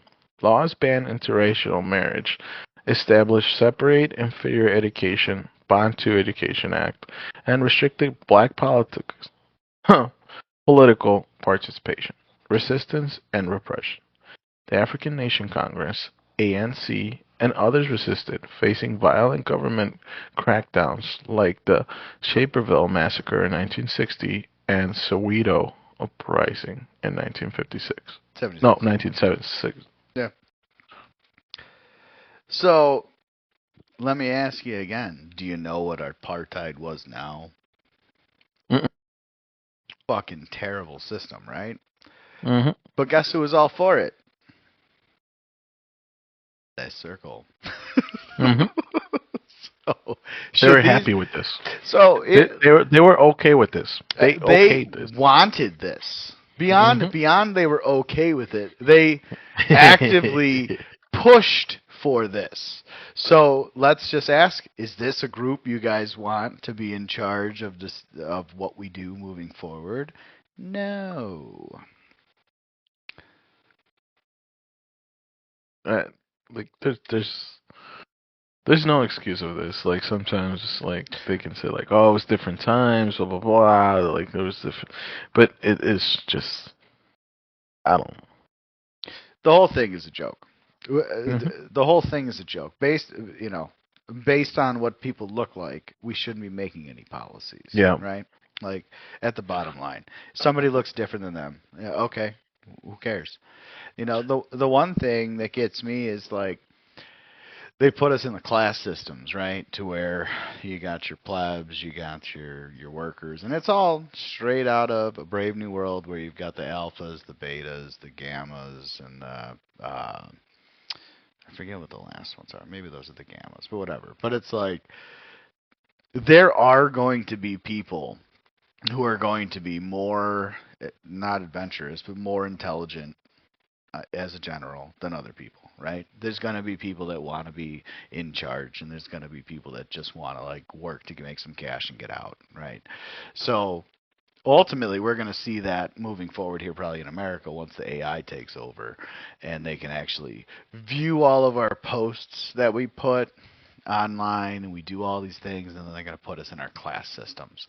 And then of course the wealthy elites are still going to be in charge of us even when AI takes over. So just an FYI, if everybody thinks, oh well, we'll get rid of that when that happens, no. AI is going to incorporate them, and they're going to put them still in charge of us. It's just amazing, just fucking amazing. But yeah, so atrocities against people, especially the black people of South Africa. South Africa is kind of an interesting thing where it is there are a lot of white people in South Africa. I think it's still majority. I think it's still white people because of England taking over, and they're the ones, blah, blah, blah, blah. And then also if you take a look at all the wars that they've had against black people in Africa. So there's a lot going on. There's a lot going on. I would actually recommend people take a look because it's interesting. It's a very interesting topic, and it's a huge continent. Like, there's a lot of land there. There's a lot of resources there. And so that's the other thing you got to play into effect is, like, did they start this war because of the resources, like we saw in the World Wildlife Fund video that we did? Like, of course. It's all about the rich people taking over the resources so they can make more money. And fuck the people. Crazy. Any questions you got about apartheid or Le Cercle? Because I think we go into the next thing after this. No, I think it's... You ready? It's all clear what they do. Kinda. Besides the fact that it's a secret organization, they don't know anything about them, but yeah. Mm-hmm. So no, I think it's self-explanatory somewhat. To a point. Yeah. Mm-hmm. I agree. So yeah, looking at our shocked faces here with our vehicle behind us that has made it, the bridge. Unfortunately, this bridge behind us should actually have no railings on it. But this is moving into Chapter 16, Chappaquiddick, which again is going to be about Teddy Kennedy, which you know nothing about, right? No. All right. So, I will say that it actually did an okay job with our chest hair here. I don't know why both of us have to be shirtless, but we have no shirts. And I think AI knows that it's weird when you go into water with the shirt on.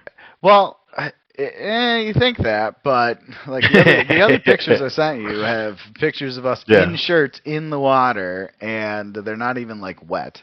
But whatever. The thing that's interesting with this one here is that I had briefly heard that like Kennedy like killed somebody and got away with it, kind of a thing, but I didn't really know the story behind it.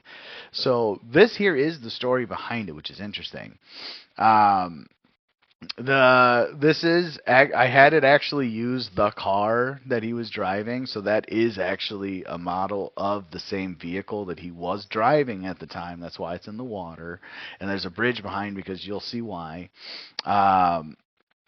But I do like that we actually have pupils and we have irises here, so it looks like we actually have eyeballs. Beards look okay. I like your sombrero. I think it must have heard us talking about us bitching about the American flag colors in your sombreros, because both your sombreros. Yeah, now it's very on point. Like it's very like somewhat traditional. It's a lot more festive, a lot more yeah. So they're like, fuck, they're paying attention. I gotta change this up. And then I got some like hillbilly hat on, so I'm okay with that. That's fine. I do think that there were some other pictures that maybe were better, but you decided on this one, so this is our picture. But yeah, so any questions you got before we go into the video? No. Okay. So you're going to like this video a lot. This video is like a straight, boom, here's what happened, here's this, here's the facts, and enjoy. So, and it's not that long, too. It's like 11 minutes. Perfect. But yeah, you'll like this one. You'll like this one a lot. So, cool. Here we go. Today I'm going to a place on the East Coast, right off the coast of Massachusetts, an island next to a town called Edgartown. It's this island here, Chappaquiddick Island, and the specific place I'm going to is this house right here. Now, for some reason, Chappaquiddick Island does not allow Google Earth to go down to Street View, so we're going to have to do it. Shocker. But this house right here is where it all started, and I'm going to show you what the house used to look like. Here's a picture of it. You can see it's a quaint little island home. It has a little angle back there. It has a chimney over here, and now I'm going to show you a picture of it that was taken from behind the house, from this area over here where the finger is pointing. And that would be this picture here. And from this angle, you can see it has a chimney over here. You can see the road out here. There's a door here. The main structure's here, and then there's that little angle over there. Now, when we go back to Google Earth, you can see that there have been some modifications to this place, but this is the same place. You can see the main structure here.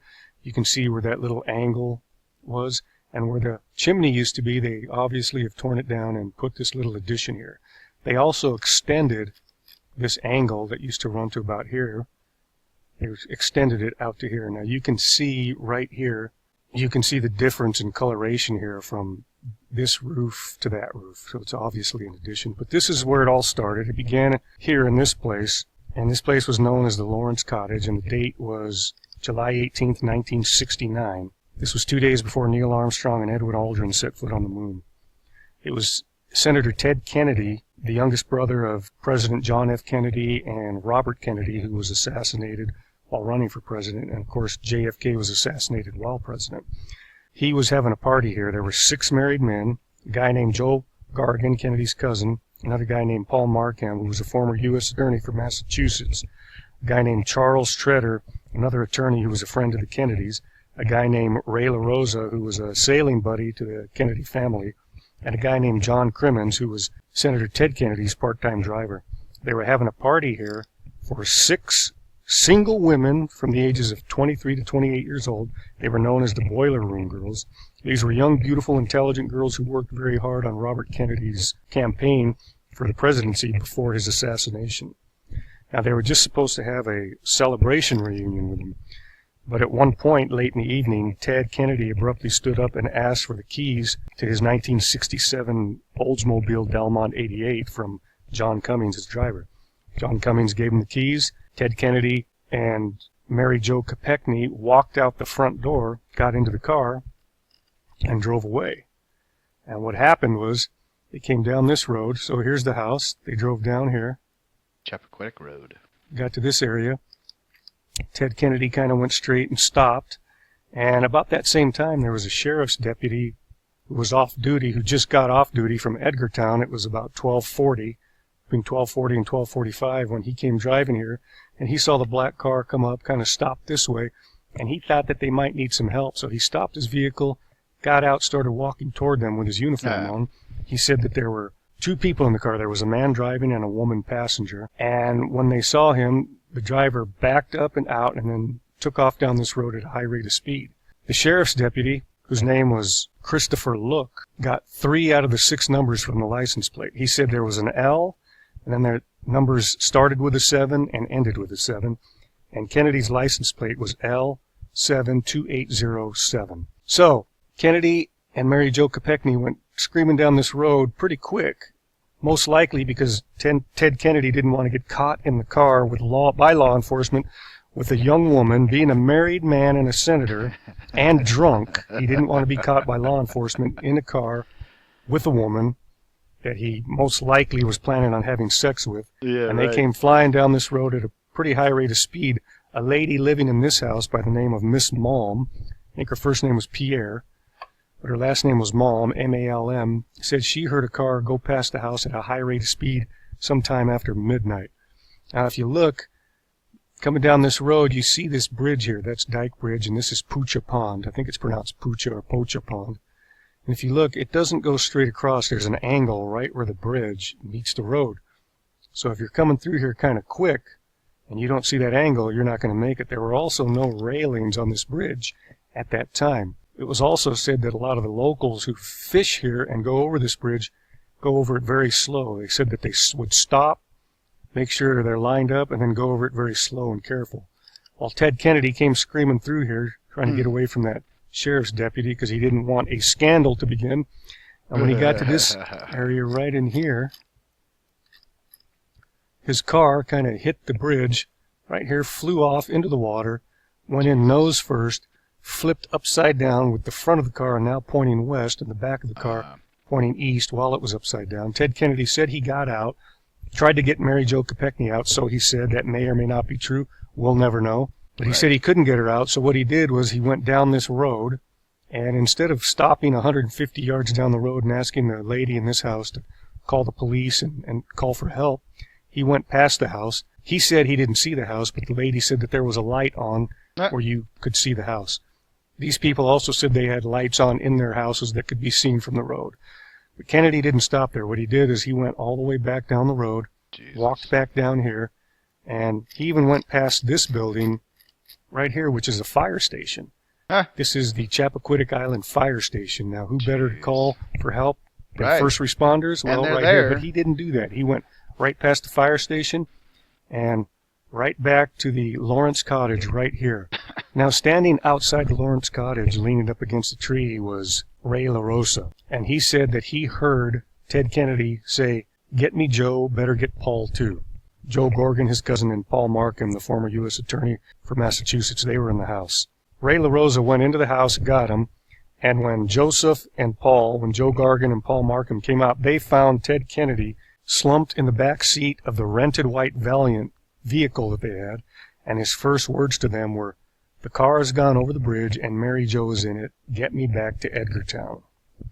Now, they jumped in the car. They drove him back to Edgartown. Well, drove him this way. And instead of going down this way to try and get the poor woman out, they didn't. They went left all the way down here back to the ferry. But the ferry quit operating at midnight. So, Ted Kennedy said he jumped in the water and swam across. That may or may not be true. He also said the tide took him and pulled him all the way down this area. He got out by the lighthouse right here, walked up here toward the Harbor View Hotel, and made it back to his room, which was the Shiretown Inn, which used to be here or may still be. Let's check.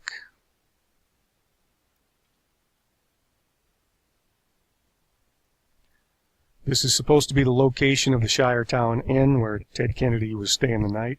He went in, changed his clothes, came out with dry clothes, saw the groundskeeper there and said, "Hey, what's going on? There's noise and I can't sleep." In other words, he lied. And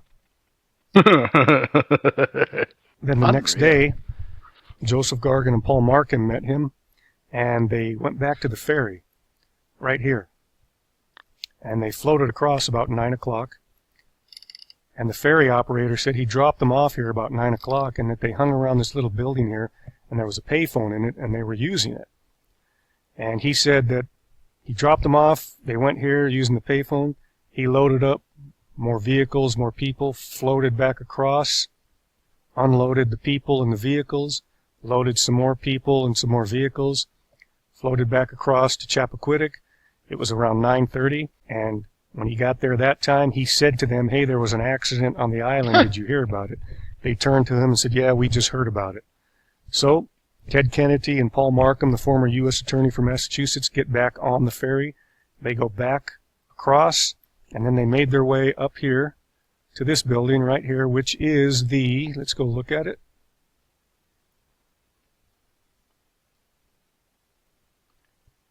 The Edgartown Town Hall, which is also the place at that time where the chief of police was stationed. He confessed what he did, and it turned into quite a big scandal. So, now what he ended up doing, of course, being a politician, he lied. Let me turn this north. Shocker. Back to Chappaquiddick. Now what he said is that he was taking Miss Chappaquiddick back to the ferry so she could go back to her hotel room because she was tired. But there were some serious problems with that testimony. Number one, Miss Chappaquiddick left her purse and the key to her room at the Lawrence cottage. Number two, the ferry quit operating at midnight. He said it was 11:15 when he went through there, which we know is not true because the sheriff's deputy, Christopher Look, saw them here at between 12:40 and 12:45, and it would be accurate because he knew what time he gets off of work, and it was after midnight.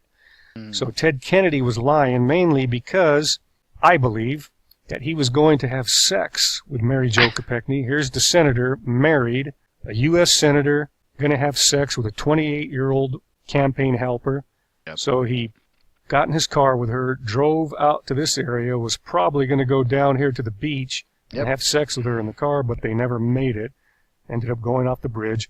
He was drunk, driving, killed her, and they never made it to the beach. Also, an autopsy was never done on Mary Jo Chappaquiddick. No, it wasn't. But they did say she had a 0.9 alcohol level. A 0.09 alcohol level, which back then I think the legal alcohol level was 1.0, but 0.9 is still very drunk. So she probably got drunk. Ted Kennedy was always drunk back then, and they decided they were going to have sex in the car. So there you have it. The Ted Kennedy Chappaquiddick Island, Mary Jo Chappaquiddick killing on Chappaquiddick Island from Google Earth. It's honestly, I love the way the guy put that together. Yeah, he described absolutely the whole. It's fucking perfect. I did forget to read the beginning here, so let me actually read because this will put more meat to it. I'll say. So Chappaquiddick. This is a quote from Senator Edward Kennedy in 1973. "Do we operate under a system of equal justice under the law? ? Or is there one system for the average citizen and another for the high and mighty?" Senator Edward Kennedy, 1973, Teddy. The Kennedy brothers have an arm lock on the conspiracies of the 1960s. John F. Kennedy and Robert F. Kennedy were allegedly assassinated as a result of conspiracies. Edward Kennedy, as is the way of the baby of the family, decided to be altogether different. He decided to perpetrate a conspiracy, allegedly. On the evening of 18 July 1969, Senator Edward Teddy, to family and friends, Kennedy organized a house party on the tiny island of Chappaquiddick off Martha's Vineyard. The party was to reward the Boiler Room Girls, 6 secretaries and researchers who had worked in the office of Teddy Kennedy's recent assassinated brother, Robert. The Boiler Room Girls were Mary Jo Kopechne, that's her, Susan Tenenbaum, Rosemary Keough, it doesn't matter, Anne Lyons, Mary Ellen Lyons, and Esther Newberg. Yeah, I used to live up in Newburgh. Also in attendance were 6 men, all married: Senator Kennedy himself, Joe Gargan, Kennedy's cousin, Charles Treader, Raymond LaRosa, John Crimmins, and Attorney General Paul Markham. Crimmins supplied the booze, 2 bottles of, listen to this, 2 bottles of rum, 3 half-gallons of vodka, 4/5 of whiskey, and 2 cases of beer. That sounds like a good party. Like, that sounds like a party. That's a lot of alcohol right there. For fucking 12 people? Oh my god. So yeah, they were getting fucked. They were getting fucked up. They were partying. Dude, like, and I know that they had bad intentions on those girls that were there. The 6 single girls. You know what I mean? Like, yeah. The thing that gets me is, like, when he was describing the whole thing, like, it seems like the cop didn't follow him. No. Well, and that's the weird thing. Yeah, you'd think that well, so here's the thing. All right, so if you just gone off of a 12-hour shift and you're no longer on duty and you're driving down the road and you go walk out to go help the guys and then they drive off. It's like, do you follow them? You're off duty. Fuck it. You just leave, right? But also, too, like, I want to say, like, probably, like, in those years, probably not a lot of people were driving, especially around that time. So, But here's the thing. This is what's kind of you're forgetting, though, that if you catch them in something bad, guess what? You have to then clock back in, go back to work, fill out your fucking report, arrest these folks. So it's a whole thing. Like, don't get me wrong. Like, I'm not saying that the cop did anything wrong. That's what I'm saying. But the other thing that I'm trying to say is that this guy is freaking out, fucking flying. But obviously, you can't tell that there's not headlights behind you. You know what I mean? Like, well, I don't know. Well, the weird thing is we really don't know what the hell happened. And who knows? Honestly, they could have even paid the cop off. The thing that is true. They could have paid him off after the fact because he didn't actually follow. So after they went all the way down and went into the water. And then also too, he left the car there, right? So they obviously well, it was in the fucking water. You can't get it out. Yeah, right. Like, obviously, well, people knew about it. I would assume so. No. Let me read the last paragraph and then his alert level. Okay. So because in the actual. In his, he actually did an okay job. He put 4.5 pages, or 3.5 pages. So he actually did put a little bit of information in here, and I don't want to read through all the notes because I don't want to, but I'll just read the last paragraph and then the alert level. So, if an autopsy had been carried out, because I already read the other part, with the beers and shit. So if an autopsy had been carried out, it might have come to a chilling conclusion. Driver John Farrar, on entering the sunken car, found Kopechne's corpse in a posture that suggested she'd been trapped in an air pocket. She died, therefore, not of drowning, but of suffocation. It had been estimated the air in the pocket could have supported her for over 2 hours. Over 2 hours. Plenty of time, then, for her to have been rescued had Teddy Kennedy acted more expeditiously. The Kennedy family protected Teddy Kennedy from proper criminal proceedings following death of Mary Jo Kopechne at Chappaquiddick.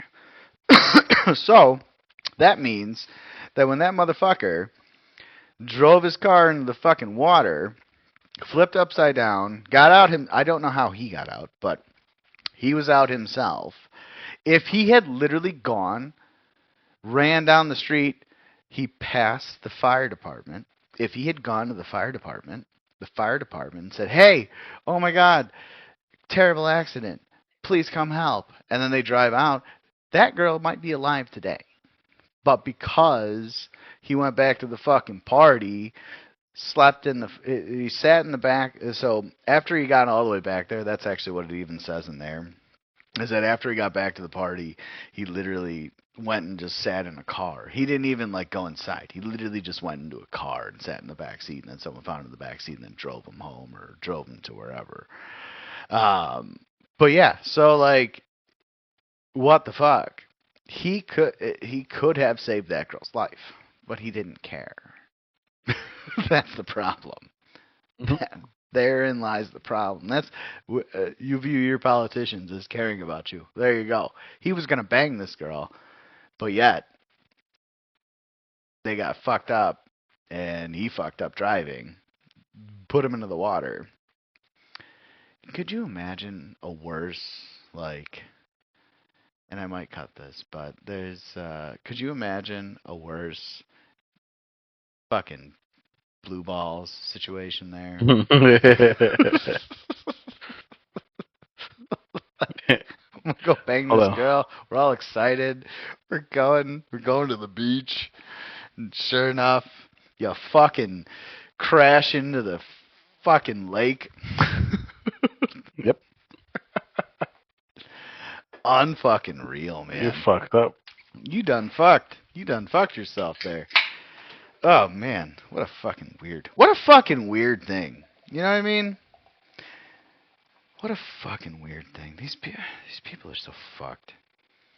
That's just what happens when you're doing stuff that's not right.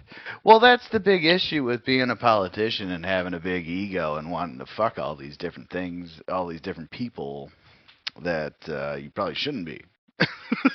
just because they're interested in you because you're a politician doesn't get... Well, that's the other thing that's weird too. So there's two things that's weird, right? Number one, he made mention 2 days prior to the moon landing, right? Mm-hmm. So that begs the question of did they push the fake moon? I'm going to say fake because I don't think it was real. Did they push the fake moon landing on that time period to avert the gaze of looking into this conspiracy of him killing this lady, to say, hey, we went to the moon, so this is more important. Look over here. Don't look over here. Yeah. You know? It's like with everything they do, yep. They do that all the time. That's just like, I forget, like, something recently just happened where it was like, there was a shooting that happened where they were like, oh yeah, there's a big shooting, everyone needs to pay attention to this. And it's like, on the back end, it's like, they just passed this big, like, AI bill, which lets AI take over resources in certain areas. And it's like, oh, so you don't want us to look at this big AI bill because there's this big shooting. So, oh my God, look at the shooting. It's like, oh, okay. So there also begs the question of, did they set up the shooting just to avert this? We're being played, people. Like Eddie said, we're just pawns. We ain't in control. We don't know what's going on. We're just pawns in the whole scheme of the thing. And we got to start asking questions. Yes,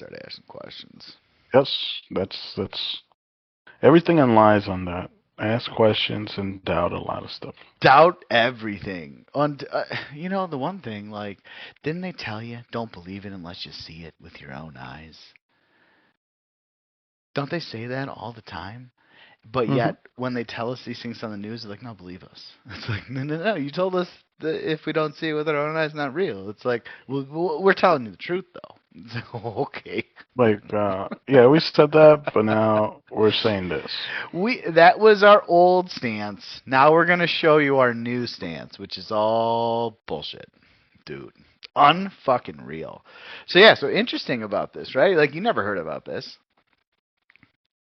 No. Okay. Good. Good. So I'm bringing you more information. The same thing with everybody. We're trying to bring information. So let's go into our next thing here, which I'll read. Oh, you know what? I'm gonna read the left one, and then you'll read the right one because it's funny. Okay, you ready? Okay, sounds good. All right. So, did Ted? I said Ted. It should be Teddy. But did Ted Kennedy get in trouble for Chappaquiddick? Because I'm like, did he get in trouble at all?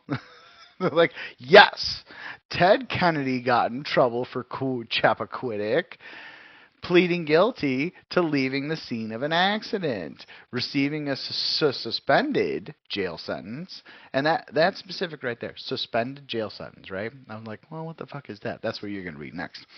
Suspended jail sentence and a one year license suspension. So let's stop right there. You and I, if we get 3 moving violations, we get a 1-year license suspension. If we dipped our fucking car into a lake and left there's a dead the person scene with a passenger that died in our car, we ain't getting a 1-year fucking license suspension. Just as an FYI, okay? Just want to throw that out there, which we'll go into next anyway. But the incident where his passenger, Mary Jo Chappaquiddick, drowned severely damaged his political career. No shit. And presidential aspirations. No shit. Despite escaping major charges like manslaughter. Oh, there it is right there. Key details of the incidents and consequences. The accident in July 1969, Kennedy drove his car off a bridge on Chappaquiddick Island. He escaped, but Chappaquiddick, a passenger, drowned. Legal outcome, he pleaded guilty to leaving the scene of an accident, receiving a 2-month suspended jail sentence. 2-month suspended jail sentence, okay? I want everybody to remember that number, 2. 2 months. Suspended jail sentence, and losing his license for a year. Notes BBC and Britannica. So it's not even an American fucking publication. That's just from fucking Europe. Delayed reporting. Kennedy's failure to immediately report the accident to police. He waited hours. He waited a fucking day. Or at least a half a day. Led to public outrage and accusations of a cover-up, as per Britannica and EBSCO. No shit. Like, could you imagine? Like, well, the joke is if you and I did it, it would be fucking top news. But if a politician does it, it's like, we'll talk about it later. Political impact. Right, it's not a big deal. It's not that important right now. No, there's other things. We're going to the moon, guys! Political impact. The scandal ended his serious presidential ambitions for 1972 and beyond, though he remained a prominent U.S. Senator for decades, say Britannica and Time magazine. Okay, there's a somewhat American publication. Public response. He gave a televised address to explain his actions, but the incident fueled lasting questions and controversy. No shit! According to BBC and Politico magazine. All right. Now read us, Eddie, what is a suspended jail sentence? Because I'm like, what the fuck is this? What is a suspended jail sentence? A suspended prison sentence means a judge orders a jail term but delays its execution. Oh my God. Allowing the offender to remain in the community under strict conditions like probation, community service, or treatment. For the set period, if they comply, the sentence may be avoided. Oh my God. But right? If they break the rules or commit new crimes, the original jail time can be imposed along with any new penalty. it serves as an alternative to immediate incarceration. You and I would get. Of course, focusing in it. Like, this is the thing. Like, if you were to bring it, like, because now, like, okay, we know what this is. If you were to bring it up, like, let's say you were in court and you were to bring this up, oh my God, I bet you they would laugh in your face. Yeah, absolutely. Focusing in on rehabilitation while keeping the threat of prison as a motivator for good behavior. Like, oh, you gotta behave. Don't fuck up, or you're going to prison, bro. Okay, you got it. I won't kill any more people in my car. Manslaughter. How it works. Original sentence. The court imposes a prison term. Suspension. The judge then postpones the sentence. Conditions. The offender must meet specific requirements, often called community requirements, during an operational period. Just making up words. It's just pretty much saying we pick who and who does it. That's it. We say who goes to jail and who can just skate free on the whole thing. Yes, or pretty much, yeah. Who can get a suspended jail sentence and who cannot. Correct. Compliance. If all conditions are met, the sentence isn't served. Violation. If conditions are broken, the offender faces the original prison sentence, potentially plus penalties for the new offense. Common conditions. Probation, supervision, community service, or unpaid work. Oh my God. Right? I'm a millionaire. What do I care? I'll go work in the fucking work church for free for a couple weeks. That's fine. I'm going to work for free. Curfews or electronic monitoring, counseling or treatment programs, and paying fines or restitution. Yep. So that right there's the joke. That whole common conditions right there that you got down in the bottom, right? Yeah. If you take most millionaires out there, right? Most millionaires out there, business owners, big business guys. That right there, probation, supervision, community service or unpaid work, curfews or electronic monitoring, counseling or treatment programs, and paying fines or restitution. That's all they fucking get. The joke of the whole thing, you and I commit the same fucking thing. We're getting prison time. We're all getting probation and all that shit that's down there. Like, we ain't getting away from it. We kill somebody in it. Well, which I guess I'll wait. I'll wait. I'm sorry. I'm jumping the gun here. I'm a little fucking frazzled because, like, unbelievable they let that fucking poor girl die. And 2 hours. She had at least 2 hours of fucking air in the pocket. And he's like, "Fuck this, I'm out." He fucking swam back, ran back to the fucking house, and sat in a car. And then the next day, he goes back and he's like, the joke was, after he went back and forth on the ferry a couple of times, he's like, "Oh yeah, by the way, there was, like, I think I killed a girl." Like, what the fuck, dude? Like, why didn't you tell us earlier? Why didn't you tell us in the morning? Why didn't you talk to because here's the thing. If it was, let me actually bring it all the way back even further, because maybe she had dirt on something. You know what I mean? We don't know. Because if he had done that, he may have intentionally done that even. We don't know. Allegedly. He may have intentionally driven into the thing and fucking buried her in there. Because how did the motherfucker get out but he couldn't get her out? And she had a pocket of air underneath? Which means that he might have even jumped out the car as it was plummeting down into the water. Like, we've seen that in movies. And then after it flipped upside down, she's fucked. He ran back. Who cares? He meant to kill her. Because who knows what happened at that drunken-ass party, too. She might have said something that she wasn't supposed to. She might have had details on some random thing that she shouldn't have known about. Blah, blah, blah. We don't fucking know. And we'll never know. Because the joke is, after she was in the water, and he supposedly made his way out, ran past the fire station, which he could have went in, because fire stations are manned 24 hours, as far as I know. You go inside, you go, hey, there's a fucking accident. You go, the fucking fire department goes and saves the girl. Guess what? She almost died, but we fucking saved her. But that's the thing, like, if you think about it, let's say something happened between them. Like, he cheated some way, somehow. And obviously, he didn't want it to be known. So, oh yeah.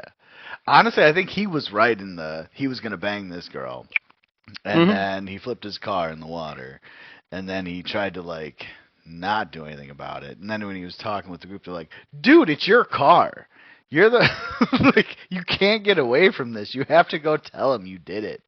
And then he's like, okay, I know. All right. So then he went and turned himself in hours later, at least 9. And he walked in there. He's like, hey, I did this. Which is funny, too, because if you actually read through, even in good old, Johnny Lewis, even in his old thing, he's got actual times or bulletins where it actually even talks about, he says, oh, I was unfamiliar with the road, even though he'd been up and down the road like 5 times that day. Like, so there's a whole lot of questions, that have not been answered, and he walks away scot-free. The Kennedys, man. Bad guys. Any questions before we go into the next thing here? Good to move on to the next. The same old thing. It's so fucking weird, right? How they get away with it, but we can't. Just unbelievable. So, this here, I'll read this. I'll have you read the next one. Here, So. I'll read this. Okay. All right. Read it up. You got this. I believe in you. Okay. What would happen if a person leaves the scene of an accident? Perfect. This is just a straight up scene of an accident. This is an accident. Not even if there was like people. No one's murdered. No manslaughter. Leaving the scene of an accident. Or here, this is without like being drunk too. I would assume so. Right? Correct. This is without other felonies. Without alcohol in your body, without somebody being dead in the river. Correct. This is just straight up you driving your car, smashing it into another car, and leaving. Yeah.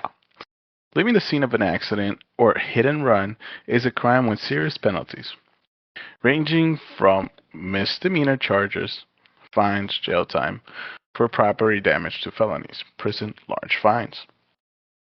If there are injuries or fatalities, plus license suspension. Oh, double. He had a license suspension too. And a criminal record, legally, you must stop, render, and exchange information with the severity of charges depending on the crash outcome. Potential penalties. Property damage only, often a misdemeanor with fines and potential jail time, up to a year. Injury, serious bodily harm. Can be a felony leading to a significant fines. Example, up to $25,000 and prison time, 1 to 3 years. Fatality. A serious felony carrying longer prison sentences, example, 3 to 7 years or more, and substantial fines. Other consequences. License suspension, revocation, criminal record, and potential civil lawsuits from victims. Legal requirements. Stop. Hang on.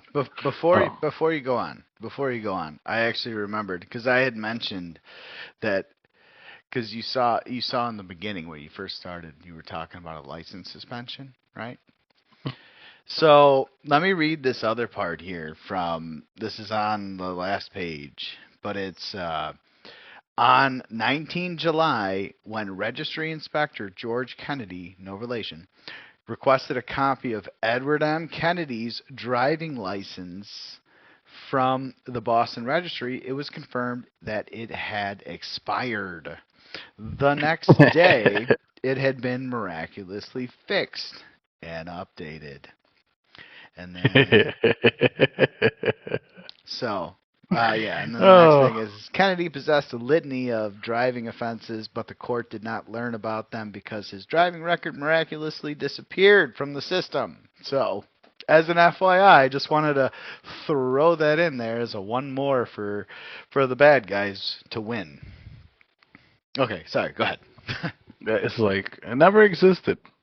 No, it's not real. He never had a parking ticket. No, nothing. he's good, bro. He's a great citizen. These guys have lots of money. Don't worry about them. Look the other way. Why was she in his car? Dude, seriously, what the fuck? Oh my god. Legal requirements. Stop. You must stop as close to the scene and safety possible. Render aid. Provide assistance to anyone injured, including calling for emergency or medical help. Exchange information. Share your name, address, and insurance details with the other driver. Report to police. Inform the police about the accident. Why fleeing is a bad idea. Yeah, tell on yourself. Go tell on yourself. That's what it is. Number 1. Appearance of guilt. Even if it's not fault, fleeing makes you look guilty. Adrenaline. High stress situations can impair judgment, but you still have a legal duty to act responsibly. That's true. Investigation. We do. Police use witnesses, cameras, and evidence to find hit and run drivers. Yeah. Which is true.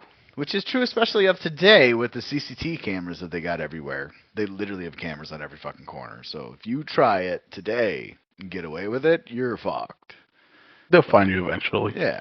But back then when this was happening, they didn't have as many cameras. And then also, like, Martha's Vineyard, that area is all, like, super hoity-toity rich area. So they probably don't have cameras, so they can get away with murdering people. So, like, wouldn't surprise me. But yeah, at that time there was less cameras, so there's probably less opportunity to catch people. But at the same time, it'd be the same thing as like you saw his record, his driving record, even though he had an expired license. But guess what? No, it's fine. Don't worry about it. Look over here. Don't look over there. Yeah, nothing happened here. Don't even worry about it, brother. Don't even worry about it. Unfucking real. But yeah, so interesting about what happens if we leave an accident of a crime, right? Or leave the scene of an accident. Ugh, unreal. So next, what would happen if a person leaves the scene of an accident and only my passenger died? That's what I said. It tried to figure it out, but regardless. If somebody leaves the scene of an accident where the passenger dies, they face extremely severe felony charges. Like, what's funny is that they bolded this. Like, this is almost like if I had put this in there because I'm looking for like legal advice kind of a thing because I fucked up. so they highlighted the entire thing. If someone leaves the scene of an accident where the passenger dies, they face extremely severe felony charges, like a class 2 felony in Illinois, because it knows I'm in Illinois, leading to substantial prison time, potentially years, and massive fines. So let's stop right there. You think that I'm going to get a suspended prison sentence? Hell no. Or do you think I'm going to fucking jail immediately? Like, I think they're putting me in jail immediately. Oh, yeah. There's no doubt about it. And charging me a lot of money, probably, too, the fuckers.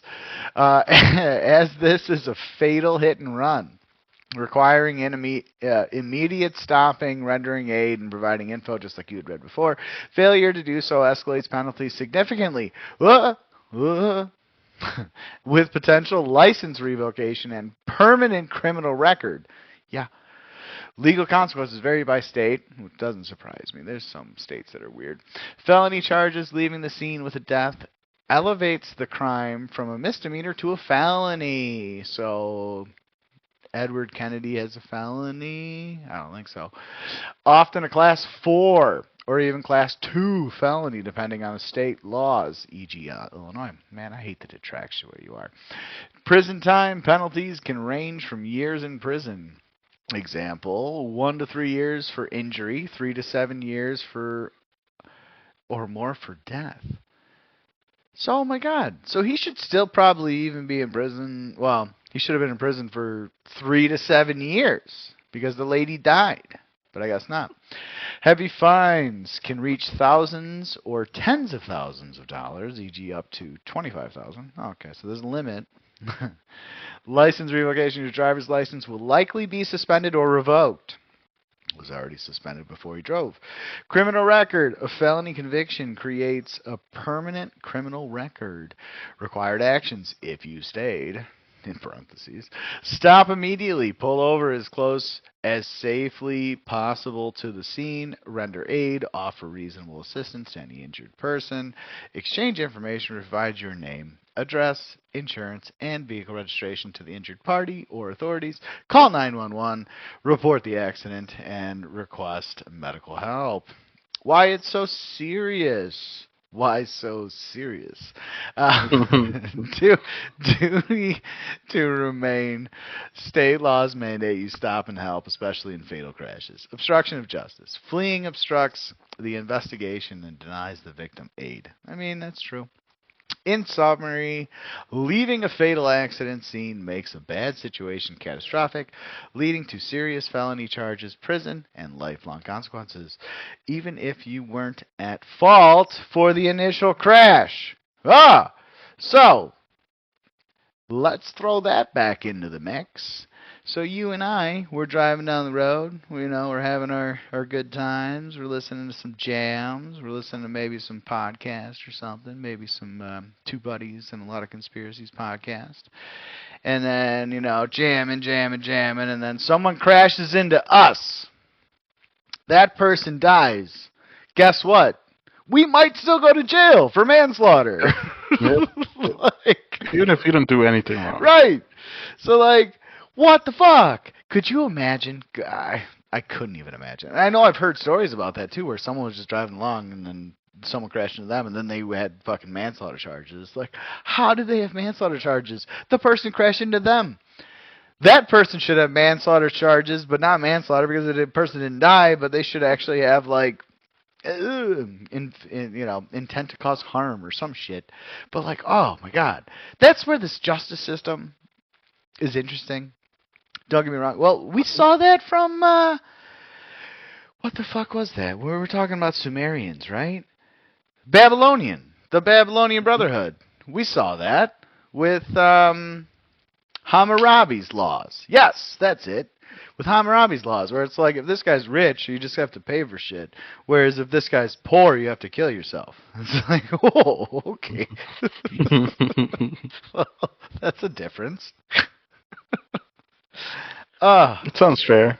Dude, come on. There should be fairness in the laws when it comes to a lot of that stuff. And I know for a fact, don't get me wrong, I know for a fact that there's a lot of grays. There's a lot of grays with the laws. There really are. Whereas, it's not going to be the same for everybody. But if you look at, what the book says, this is the book. This is the book. It tells you that if you did this, you should just go to jail. And it's well, I didn't do anything. Well, I don't care. You fucked up. You're going to jail. So, blah. So, yeah. So that's what happens if you're in an accident and your passenger dies. That's at least mainly in Illinois. But any questions you got before we go to the next thing? No. Okay. Interesting, right? Yeah. Dude, totally is. Okay, so this is on fairness. This is good. This is our fairness. Yeah, I'm gonna make you read this, motherfucker. Yeah. I was already ready. I know. I figured.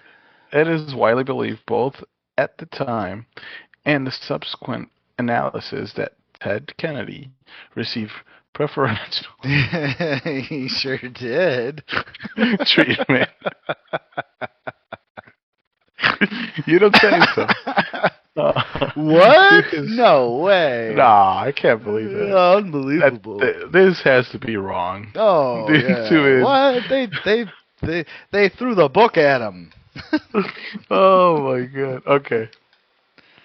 Due to his privilege and influence, and that a normal person will likely have faced a much harsher legal outcome, possibly including imprisonment. Yeah. Possibly? Yeah. Possibly. Absolutely. I love how it throws that gray area. It's like, they possibly. might have gone to prison. Probably. If it was somebody else, yeah. Key points of the legal outcome and public perception include the charge and sentence that Kennedy pleaded guilty to a single charge of leaving the scene of an accident.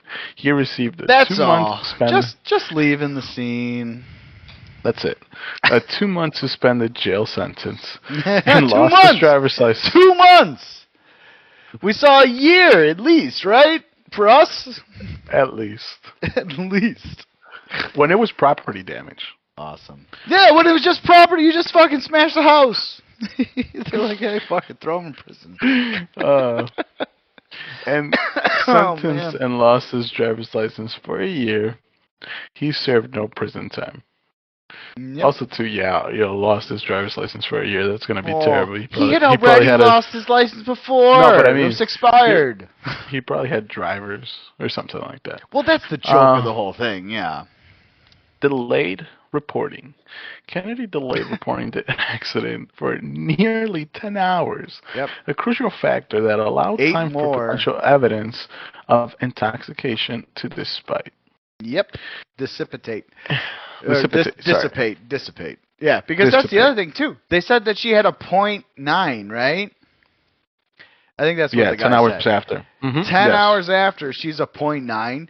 That means that she had at least a 3. She was at least like a 3 or more, like 3.0, 4.0. She was drunk. And I can almost assume that wealthy politician alcoholic wanted to take advantage of this poor girl. And sure enough, that's why he loaded her with booze. That's why they had so much booze to begin with. What was it? Vodka, whiskey, beers, all this.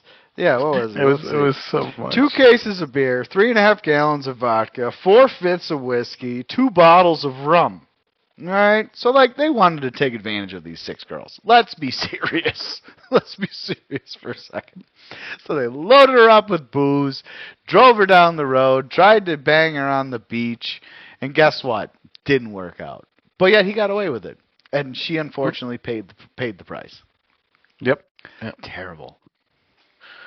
Lack of scrutiny. Scrutiny.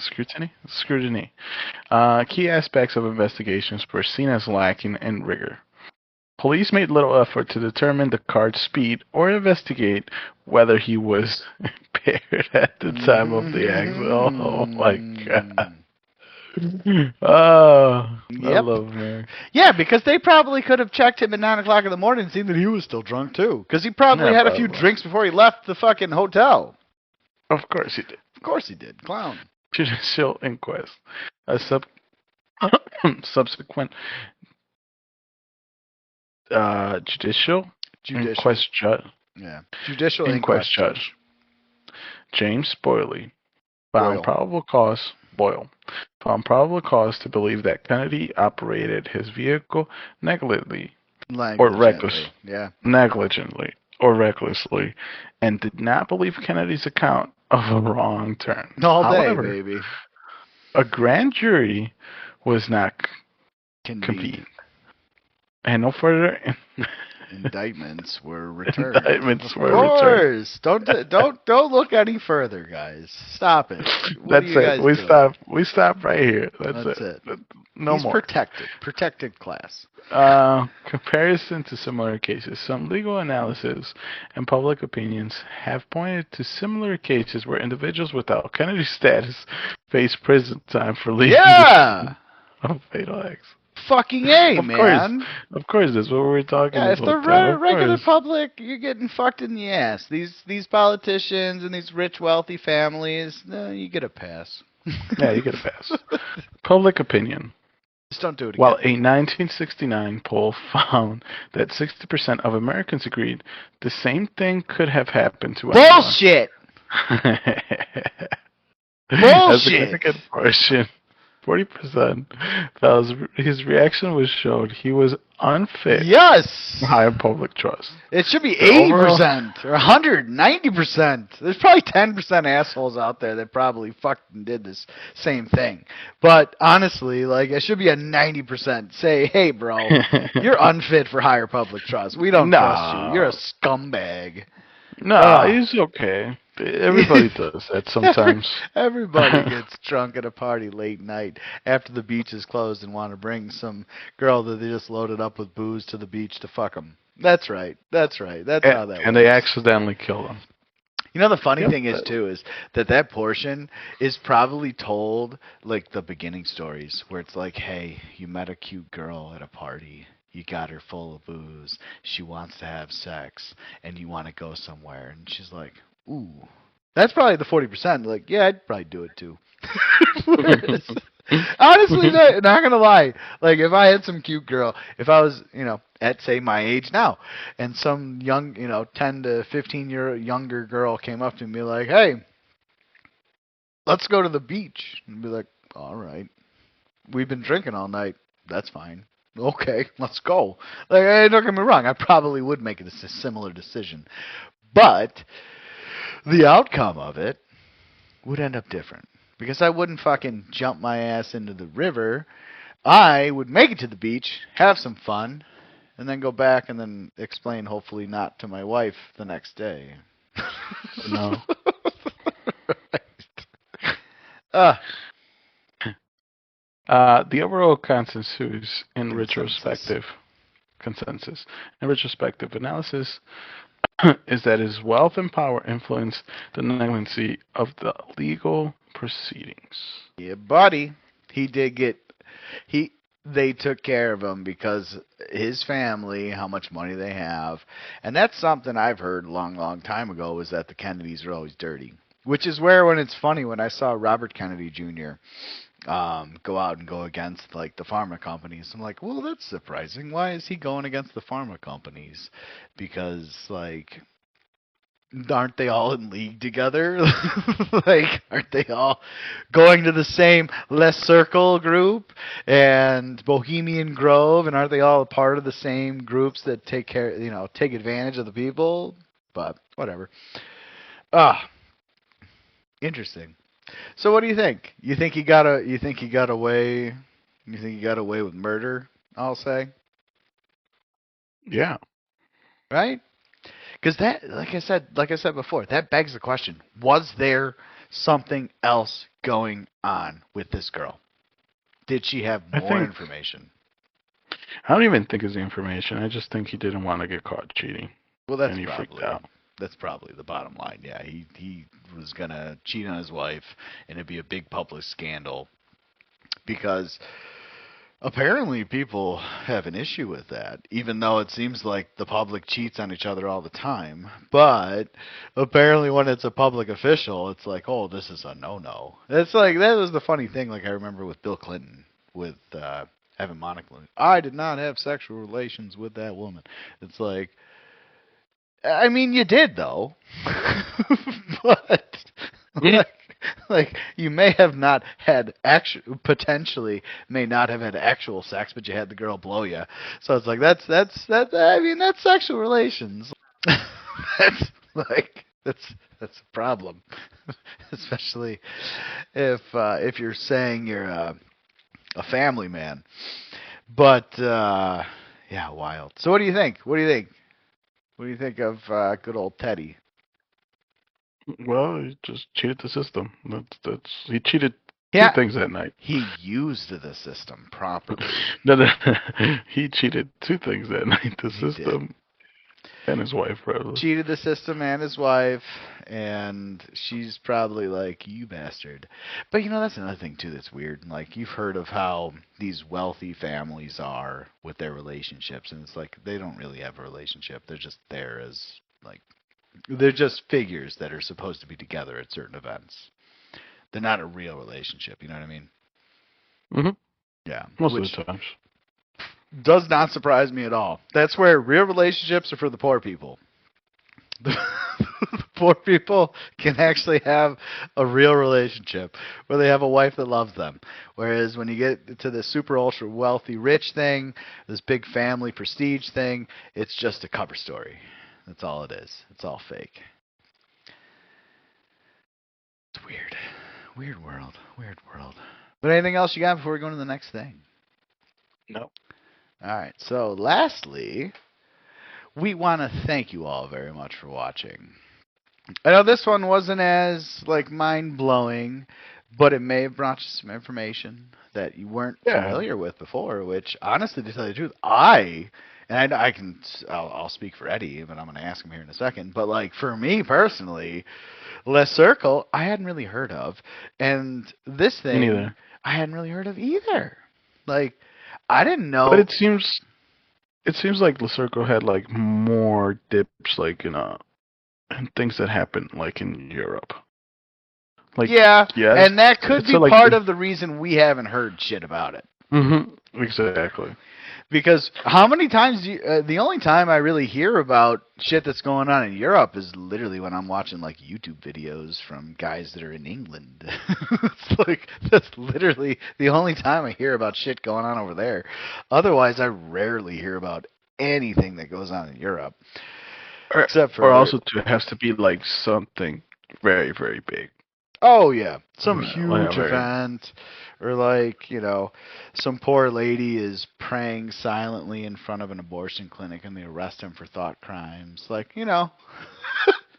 those kinds of things. But you heard about that, right? No. Really? Mm-hmm. Yeah. So in England, there was a lady, and I'll try to find the article, put the graphic up, or maybe even I'll put a video up. But she's literally across the street from an abortion clinic, and she's praying silently, and the police come up to her and arrest her for praying silently for the children that have been murdered in the abortion clinic. It's she can't do that. Yeah, right. Who the fuck? Who do you think you are? Unbelievable. Hey, you can't do that. Right. So that's where our thought crimes come into play here. So the United Kingdom is arresting people on thought crimes. Yeah, you have heard of people getting arrested for memes in Europe, right? Yeah. Okay. I know the biggest one is China. Well, you'd be surprised. You'd actually be surprised to find out that. England is pretty close. But China's very well known for that. Well, when you're dealing with a communist thing, any communist thing, it's even going back to Soviet Russia or the Soviet Union, where it's hey, you speak bad about you talk bad about the leader, you're getting arrested and killed. That's what's happening. Same thing with communist China. It's any communist thing. If you go against the party, you're fucked. You're dead. Doesn't matter. They kill you. That's why everybody here in America needs to get off this left-right party system and stop following the goddamn parties. Left and right, it's all joke. It's all just to separate the people. That's it. That's the same as the black-white divide. It's the same as all this bullshit. It's all a distraction to keep us all separated. To stop us from seeing how bad we're being fucked from our government. We just talked about the bullshit with the capital gains tax and property taxes and all the tax system. We were just talking about that. That's it. We all need to get together and stop them. But we won't as long as we stay in this left-right paradigm or in the black-white paradigm or in any one of these other think of sports. Who's your favorite sports team for football, Eddie? Nah, I don't really watch football. Okay, well, let's go to fucking soccer then, since you're Spanish. I actually don't watch soccer that much. You should go to basketball. Oh, okay. Okay, well then fucking why don't you tell me what you watch? Well, because you're just assuming that I like soccer because of my ethnicity. There we go. That's true. That's true. You're separating. I'm separating Eddie because he has sombrero on here in this picture. What's your favorite bet? So if the Bulls lose, you're upset the next day? No. Okay, good. I don't know. So at least that's a benefit. But everybody else, it should be entertainment. That's what it's supposed to fucking be. It's the bread and circuses. And we see really it day in and day out. It's entertainment. Who tells you that most of these things are not scripted? Like, dude, speaking of that, I'm actually glad to see that they came out with which I think has kind of dissipated by now. Are they still talking about the way that NBA star was setting up the games because he was playing that poker bullshit? No, they gave up on that, right?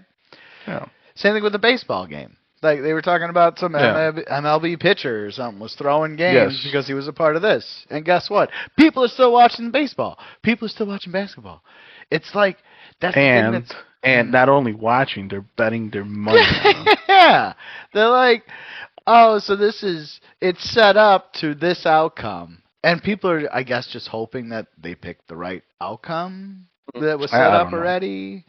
Like, that's the thing that amazes me. It's like, okay, you just found out that it's set up like wrestling.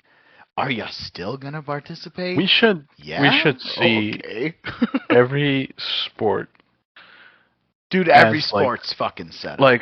Like we see the WWE. It got to a point in the WWE, we already know it's all scripted, it's all just for entertainment.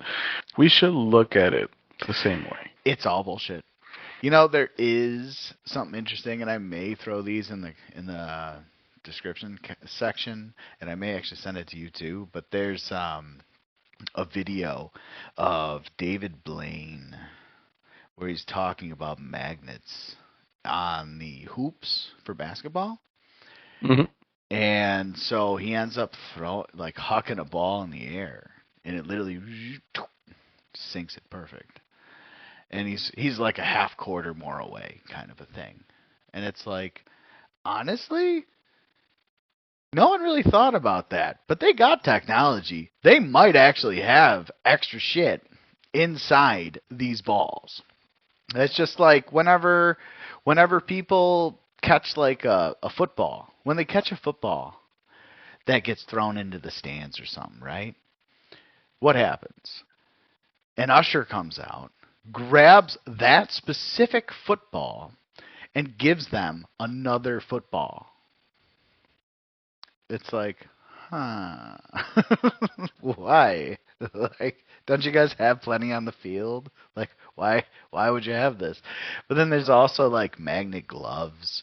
People are saying that the NFL uses magnets in balls and gloves, and the video evidence is pretty convincing. Because after this interception last year, the ball got stuck to Jalen Petre's hand, and it was so bad he literally had to take off his glove. So what if this was some sort of malfunction between the chips in the gloves and the balls? There is just no way there's any substance that is that sticky, and there is a lot more evidence that other humans, not me, I want to be specific about that, are talking about. Like how the computer chips that the NFL uses to track and collect game data is actually the chief component in how the NFL manipulates game outcomes by turning those chips into electromagnets, which would make it possible for balls to be altered in-game by well-placed magnets. Like for example, a couple on the goalpost to help send a football flying left or right. The Ultimate Reception gloves literally advertise the fact that the smallest, strongest magnets make it super easy for the ball to be gripped and caught. And these things have been around for a long time, since we've got quotes from guys like Hakeem Nicks and John Madden back in the day about how you don't even need to think about catching the ball. The catches players were making caused people to really test the limits of what these gloves can do, and it turns out it was quite a lot, because a group of high school football players all looked like a prime OBJ, while they also gave the gloves to a random older guy playing in a street band, and he was able to somehow magnetically suck the ball right into his hand.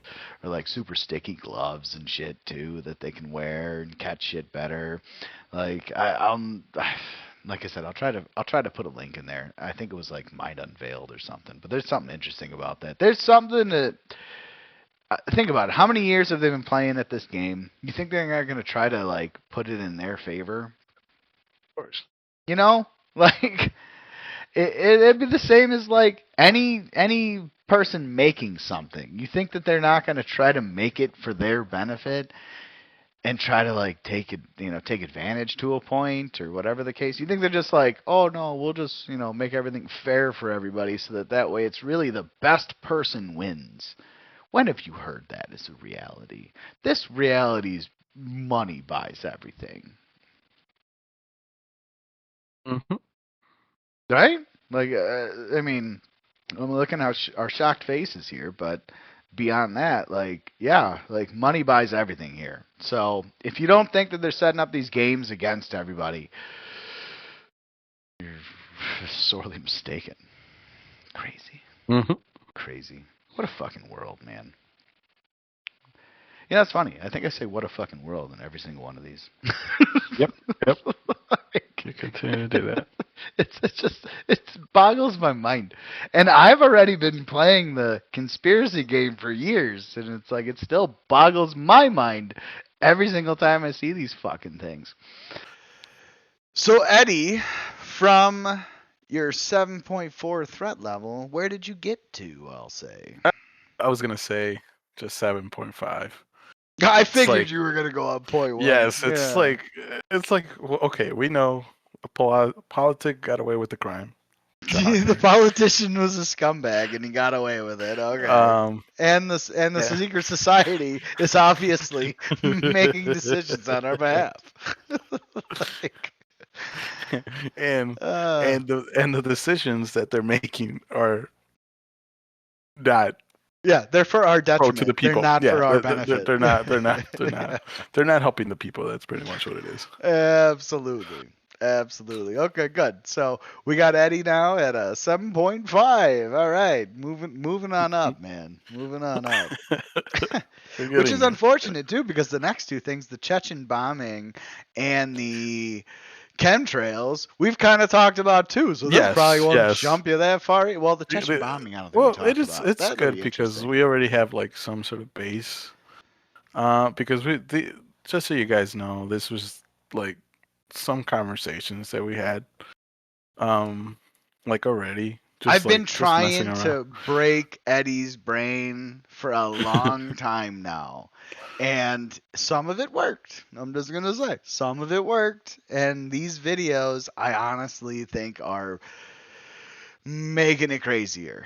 I think before you know it, Eddie's gonna be that guy in the corner saying the end is nigh.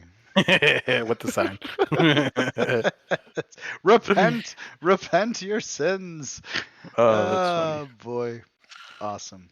Again, if this is on YouTube, it might be a day later than what's available on Rumble. So if you're watching on Rumble, congratulations. You get to see this from every person on YouTube that has the potential to watch it. But yeah, honestly, I think that's kind of where we're at for the day. And I want to thank you all very much again for watching. Eddie, one more time. Yeah, thank you everybody for watching. We really enjoy doing these videos. Yeah, these are fun. Yeah, and hopefully if whoever listens to it or sees it enjoys them as well. Yeah, no, especially if you made it this far, we appreciate you a ton. Hopefully we are giving you a bunch of good information because these are things to look into. That's really it. Things to look into, things to flesh out. Yeah, like we always said, be curious about stuff and like researching. Question the authority. Yeah, researching and everything. It should be a thing that we should do a little bit more often. Absolutely. We absolutely need to question everything. So yeah, again, thank you again. We love you guys. We appreciate you watching. And take care. Peace.